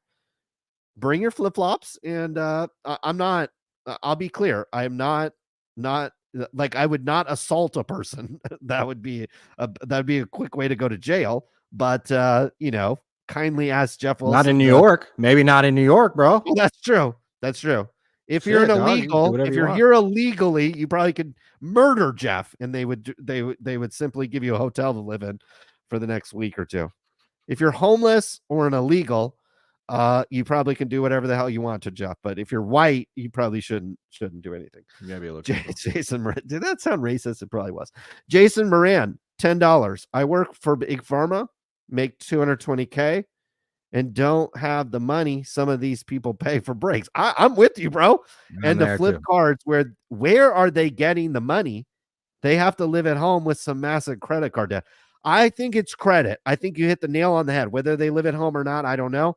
I agree. If you looked at their credit card balances, because I'm right there with you, bro. Big Farmer make 220. That's like after they take out income taxes, you know, it ain't. You tell people you making 250, and then after they take out income taxes, you making 150. But I don't know. I don't think a lot of these guys have kids. I don't think a lot of these guys have nothing saved up for retirement. Not that you need to, but I don't think they do. I don't think none of them drive a nice car. I don't think none of them have a nice watch. I don't think none of them wear nice clothes. Seablaz doesn't even wear a shirt half the time. But I think if you looked at their credit card debt, it's big. And look, if they don't get it, all these guys are going to the pits and dusting it off. I see so many guys, they're sports betting now. I think somebody even made a comment. Mojo Sports is like making sports bets. These guys are going to dust it all off. Ryan's going to dust it off too. It's not like Ryan's sitting up there innocent from this. Yeah. He's going to dust it off on the snow and the babies. But he don't got no kids, and he don't need none of that. So I told you guys I won at sports betting when I was in Las Vegas. Fuck. I mean, I won. Sure. But I mean, that's in the shorter term, that's not too complicated. But I'm with you, Jason. I'm smart enough to stop. With you. God, I look at the end of the month and I'm like, damn, where did all my money? That's why I'm buying $1 Michael Jordan cards. Because at the end of the month, after you pay for private school and the mortgage and everything else, the food, the internet, it's like, damn, where did it all go? Most of it went to the state of California. Jags wants you guys to join their chat. No, I ain't joining nobody's chat. 60 rips. Jeff actually interviewed Blez on the Jeff Wilson show this week. Jeff simps for anybody. Jeff simping for anybody. And if he gives us a fat appearance fee, we'll show up at the show. It'll be his highest rated show ever. SCR for fucking president, Tim VP. That's right, baby. There we go. Let's That's what go. I'm talking Let's about. go. Let's go. And then our first bit of duty when we win, commander in chief. Damn right. Let's go. Chief of staff. We'll give a AG. We'll just make him AG because we get to, if we're president, we get to appoint a bunch of people, right? We'll just be like, okay, Trump, what job you want? FBI director? You want to be AG? Okay, chief He of can staff, look into whatever. Kurt's card care. Whoever will look into Kurt's card care, we'll put him into That's AG. right. Well, yeah, the DOJ. We'll put, could you imagine if Trump said a DOJ? Oh my God, there'd be a lot of people getting in trouble, and there'd be a lot of fraud getting through too. So that's what we'd like about him. I sent Kurt's card. I sent a Kurt's card juice kit to PSA to get graded and slabbed. I love it. There we go. That's Ben a good idea. Deo. That is a very good idea. Immortalize that. They'll probably slab it too. His Queen City cards, future dim or bright. Go bid. I think it's bright for you. It's bright. Mr. Drama Queen. It's bright. It's bright as the sun, baby. You got to put them sunglasses on. It's so bright. Christine says she has 0 followers, but still fondles men. So, Ryan, we're going to be in New York. We're going to bring the bus, the Bang bus. The SCR Bang bus is going to New York. Christine's getting on. And if you want to join the fondle crew, get on there. The deal is coming for SCR. Guys, I don't know if we should hope for it or not, but if it does, it's been real, guys. We appreciate it. It's been great. Yeah, it's been great. Been great. Maybe a Sports Card Radio buyout. Buy the chat 610 hats at 10,000 each. Would you take 6 million? I'm 6 million. I'm taking 6 million. Yeah, damn right. I'm taking. If somebody writes us a check for 6 million, it'll be like, oh, what do you want? 300% of everything? So yeah, we take 6 million for sure. Here's my laptop. Just take my laptop and I'm out. I think he means 6 million tin hats. Sure. Those are worth a lot. If I get a buyout, that's more than that. I ain't gonna spend my 6 million on 10 hats. If I get 6 million, you ain't never seeing me again. I know that. Guaranteed. I'll give up the hobby, baby. Me too. Jason Moran with the $2. House. Tops unlicensed or dumb as fuck. They are fake cards. I mean, I think Dan the Cardman did a good video. These guys were like trashing. All these influencers were trashing unlicensed. Oh, it doesn't hold their value. It doesn't do shit. Don't buy unlicensed. Stick to the licensed stuff. It's better investment. Holds the thing for the long term. And now all these guys are, oh my God. Oh, Topps Chrome football. I mean, these guys are going to be simping the fuck out of this. And then Topps will get to the license and Panini or some of these other companies will put out unlicensed shit and it'll go back to garbage. I mean, you guys heard on Tuesday, you got to simp for your allocation now. It ain't that you got to be nice to Topps. Now you have to be nice to Topps to get your allocation. And so the simping is going to be incredible. Oh, you know what they're going to do? What? And I'm just warning everybody who tries to do this. Guys are going to attack us because they think that's going to improve their allocation. If any of you fucking breakers or shop owners or any of you little dicks think that's going to work, try that and see what fucking happens. Yeah, that's going to backfire. Try that, guys. That could get your try allocation that taken and away. watch what I fucking do to you and take that as a threat. Yeah. Watch what happens to your Google search. My button what's Trump's famous quote? Yeah, my button actually works. My button actually fucking works. So try that. I know it's coming. You guys, to get your little allocation, you think I'm gonna I'm gonna go against Sports Card Radio. I'm gonna say something. Do that. Please do that. And well, you'll do like what the dude did on Breakcomp, where it's like, I'll give you $100 if you write a review or whatever. It's like, how do you think that guy? Try that. Pull up. My button works. Jason says, I just followed you guys on Instagram. I now follow 2 and have 1 follower. If you want to get a follow back on Instagram, just like comment me and like constantly get at me. Again, I think I have a 5-minute limit on Instagram. So I don't have much time to spend recent? on the day. Are these the recent ones? Here you go. Fuck you. Over a year to follow me, chat. So yeah, I think I did. I did just follow you back.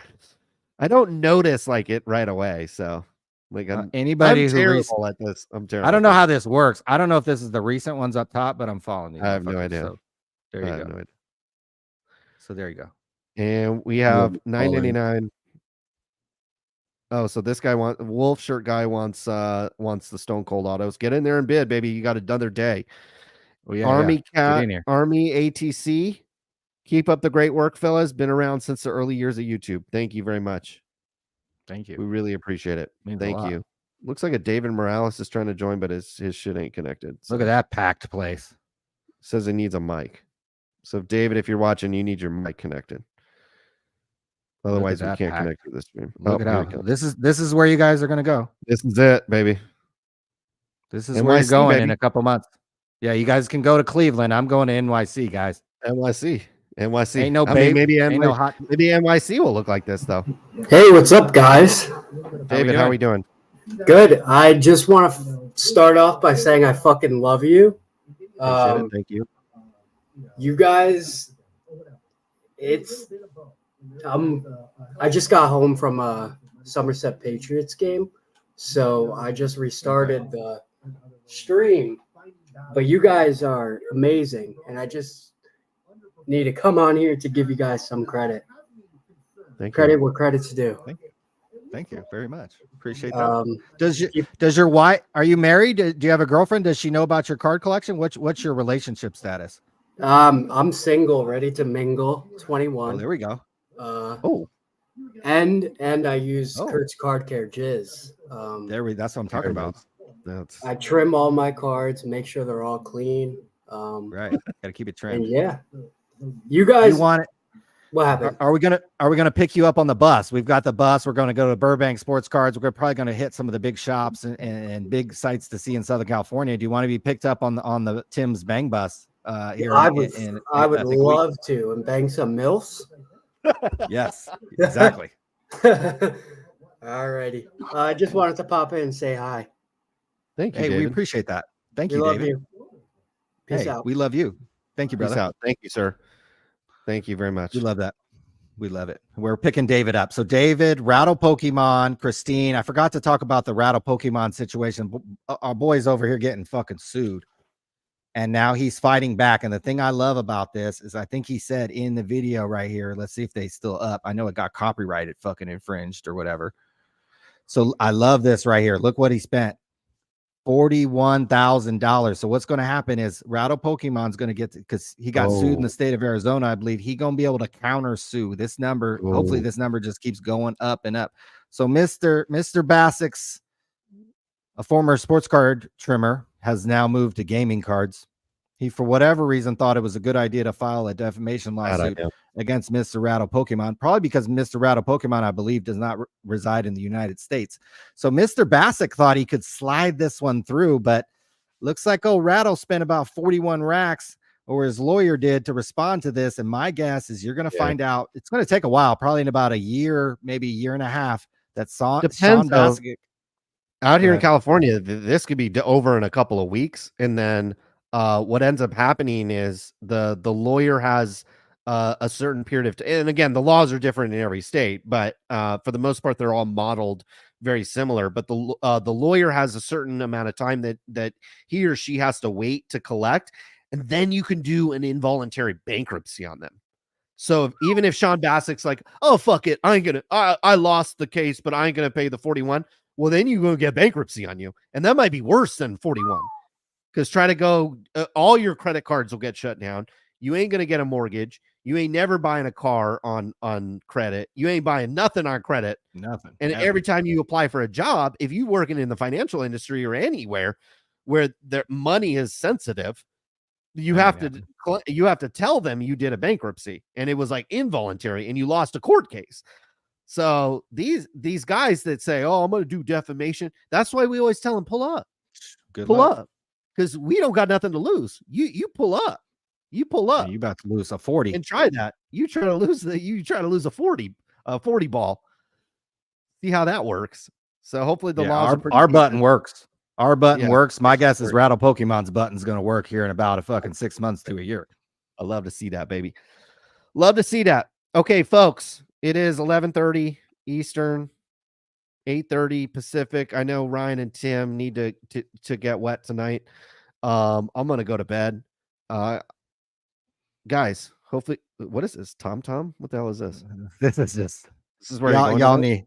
I'm on season 12 of whatever Vanderpump Rules. So okay, I'm not familiar with the show. Get on it, Thank baby. you. Okay, well, I wish I had time. Thank you very much, everybody, for tuning in. We will be back some other time, some other place, unless we get bought out. Oh no, hold on. Okay, we gotta get. Hold on. Skirt. Oh, How we doing? How we doing? Good. Just enjoying the lovely Thursday night with you guys. Goddamn right. Nothing better than that. Yeah. So, What do you? I've been around on YouTube since you guys. I started making videos in about 2008, 9 time frame. I was in around where Chris Justice was at in Fort Bragg, North Carolina. So, been in the hobby for a good minute. Yeah, I've talked about a lot on like Instagram and stuff like that lately about the whole Topps industry conference and how, everyone was all hunky dory and saying so many good things about, what's going to be coming out and stuff. Right. And then, and wait till they get back to their shops so they can, before they start talking shit. So, and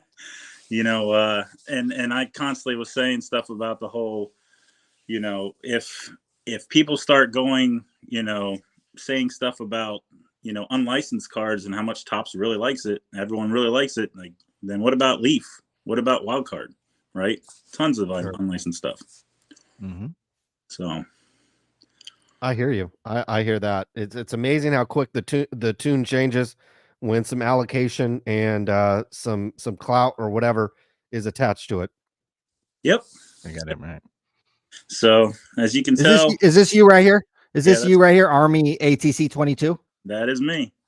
Nice. We love it. That is me. Yeah. If you flip the videos to the older one, there's some videos of me breaking in Afghanistan when I was on deployments and everything else. Oh, fuck yeah. Yeah. Hell yeah. Tons of older videos. I was also Air Force. Appreciate it. I mean, this hobby has introduced me to a lot of friends from around the world. Taking me plenty of places. I was stationed in Germany, opened a lot of good stuff back in the day. Yeah, and now being retired from the Army, get a little bit more time to have fun, for sure. Okay, we got it. We got to ask you this. What's your dating situation? Are you single? Are you married? You got somebody in your life, and then what do they feel about the cards if you're not single? Single, ready to mingle, right? Okay. And so I'm on the East Coast, so the bus going to the Fanatics Fest, I'm down. Oh, we picking you up. You're on the bus. Richmond, Virginia, come through here. We got you. And I'm down to get on the bus with you guys. Yeah, definitely. Okay. So I'm more active on Instagram these days than YouTube, but YouTube still has all the lovely old videos from 14 years ago. Oh, you goddamn right. We loving that. It's great. What's your same name on Instagram? What's your name on Instagram? Same name everywhere. Boom, we here. Yep. We love it. So yeah, I'm pretty active on there. I am considered the media ambassador for the National Talk to Ray. Putting a lot of nice. So my road to the national and everything. So it's good stuff. Down in Richmond, I get on Fanatics with Graybo Sports Cards and break for them because I used to host group breaks back in 2008 on YouTube. And then, of course, the military had me jumping around everywhere. So now it's more of, hey, just having fun. So, yep. Well, fuck yeah. Deserve it. Well, we appreciate your service. And then we are picking you up. What'd you say, in Richmond, Virginia? Richmond, Virginia, baby. Brother, we picking you up and we going out to this little Fanatics Fest. Now, how much time we spend at the show and how much time we spend banging MILFs with Tim on the bang bus, we'll see. We're gonna have the show out in the bang bus. I mean, we'll bring the goddamn right we will. Right, the cards will be out there spread out. We'll have our own tables inside there with the MILFs hit behind the tables. Like we'll charge a quarter of the price they're charging to get into the bus. We're Get gonna in the bus. This is we're a great also idea. gonna each MILF sign our roof ceiling. This is a goddamn great right. idea. This is a Now great we- idea. Now we're Now- talking business over here. You know, Michael Rubin's probably listening. He Taking gonna note. be like, damn, these guys gonna have fun. he'll have their own buses in the back for all the sure. sleds that he's bringing to the show. I'm sure Meek Mill and Diddy. P Diddy. So, Yeah. I got plenty of ideas. You know, hit me up and we can work something out for sure. Oh, we're doing that. We're Right, doing we'll that. do You're on the bus. Be sure, guys, to follow Army ATC 22. Served our country. You Been guys making sports card videos for a long time, so we appreciate you, Alex. Yeah, no problem. Same as you guys. You know, keep doing your thing. You know, uncensored, love it. That's the best thing. Transparency is one thing I always, make sure everyone's fully aware of. You know, with all the companies and stuff like that. So, one of the big things I was an advocate for repacks is like make a checklist. How hard is it to make a checklist with a repack? You put the cards in there, put it out there, what you got in it. Let people know. So, yep, transparency is a thing. But I just want to hop in and say, keep up the good work and love watching you guys. Man, we appreciate you, brother. Thanks you very much. Really thanks for appreciate calling in. Thank you. Appreciate you. Thanks for coming in. It's fucking Folks, awesome. I think we ended on that. I said we'll put a black leather couch inside our bus. You got right, we will. Hey, maybe I'm gonna have to get on and see if you can Toro a bus and we can bring that to NYC. Hey, So hey, I'm we off to JFK. We're pre-partying at Blazarian's house tomorrow, tonight and tomorrow, by the way. Well, I'll fly out of LAX. So yeah, we'll see if we can get a little bus. If it's like San Francisco, you can park these things on the street and no parking, no nothing. So you can live in these damn things. Folks, unless we get bought out, we'll be back some other time, some other place. Can't guarantee 2 shows next week, but we'll likely be back again next Thursday. The fans, the haters, the breakers that are expanding the hobby, and Christine especially, we look forward to seeing you guys again next week. Until then, I think we're out of here. You've done a lot of talking, not a lot to see. Up in the millions like 2.3. But you off, got it all, getting off scot-free. Try to talk tips like we're talking about stock, but you're talking about men printed on card stock. When you open your mouth, I take it with a grain of salt. Cause the market's down and you're down, it's all your fault. You ruined the hobby I love with the bullshit. Jeff Wilson. You ruined the hobby I love with your bullshit. Jeff Wilson. Did you dip me out? I think you dipped you out. What you talking about? I don't think you did. Yeah, it was just shaking shit like a G.O.B.'s, like it's wholesale thing with the mid-FTs. Taking money from the people to pay most broke, but that's okay. He's getting money, even better tax-free. Other non-stimulus, the PPP. You ruined the hobby I love with your bullshit, Jeff Wilson. You ruined the hobby I love with your bullshit, Jeff Wilson. Jeff Wilson. Jeff Wilson.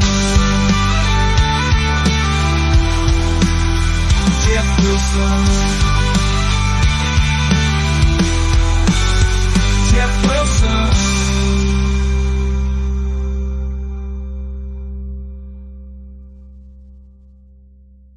What's going on with that PPP? You've done a lot of talking, not a lot to see. Up in the millions like 2.3. But you off, got it all, getting off scot-free. Try to talk tips like we're talking about stock, but you're talking about men printed on card stock. When you open your mouth, I take it with a grain of salt. Cause the market's down and you're down, it's all your fault. You ruined the hobby I love with the bullshit.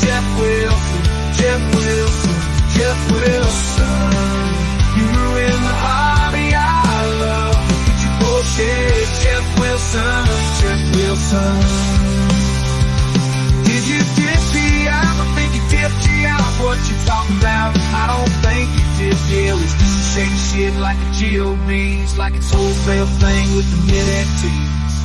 Taking money from the people to pay, most them are broke, but that's okay. He's getting money, even better tax-free, loving all the stimulus, the PPP. You ruin the hobby I love with your bullshit, Jeff Wilson. Jeff Wilson. You ruin the hobby I love with your bullshit, Jeff Wilson. Jeff Wilson. Jeff Wilson. Jeff Wilson. Jeff Wilson.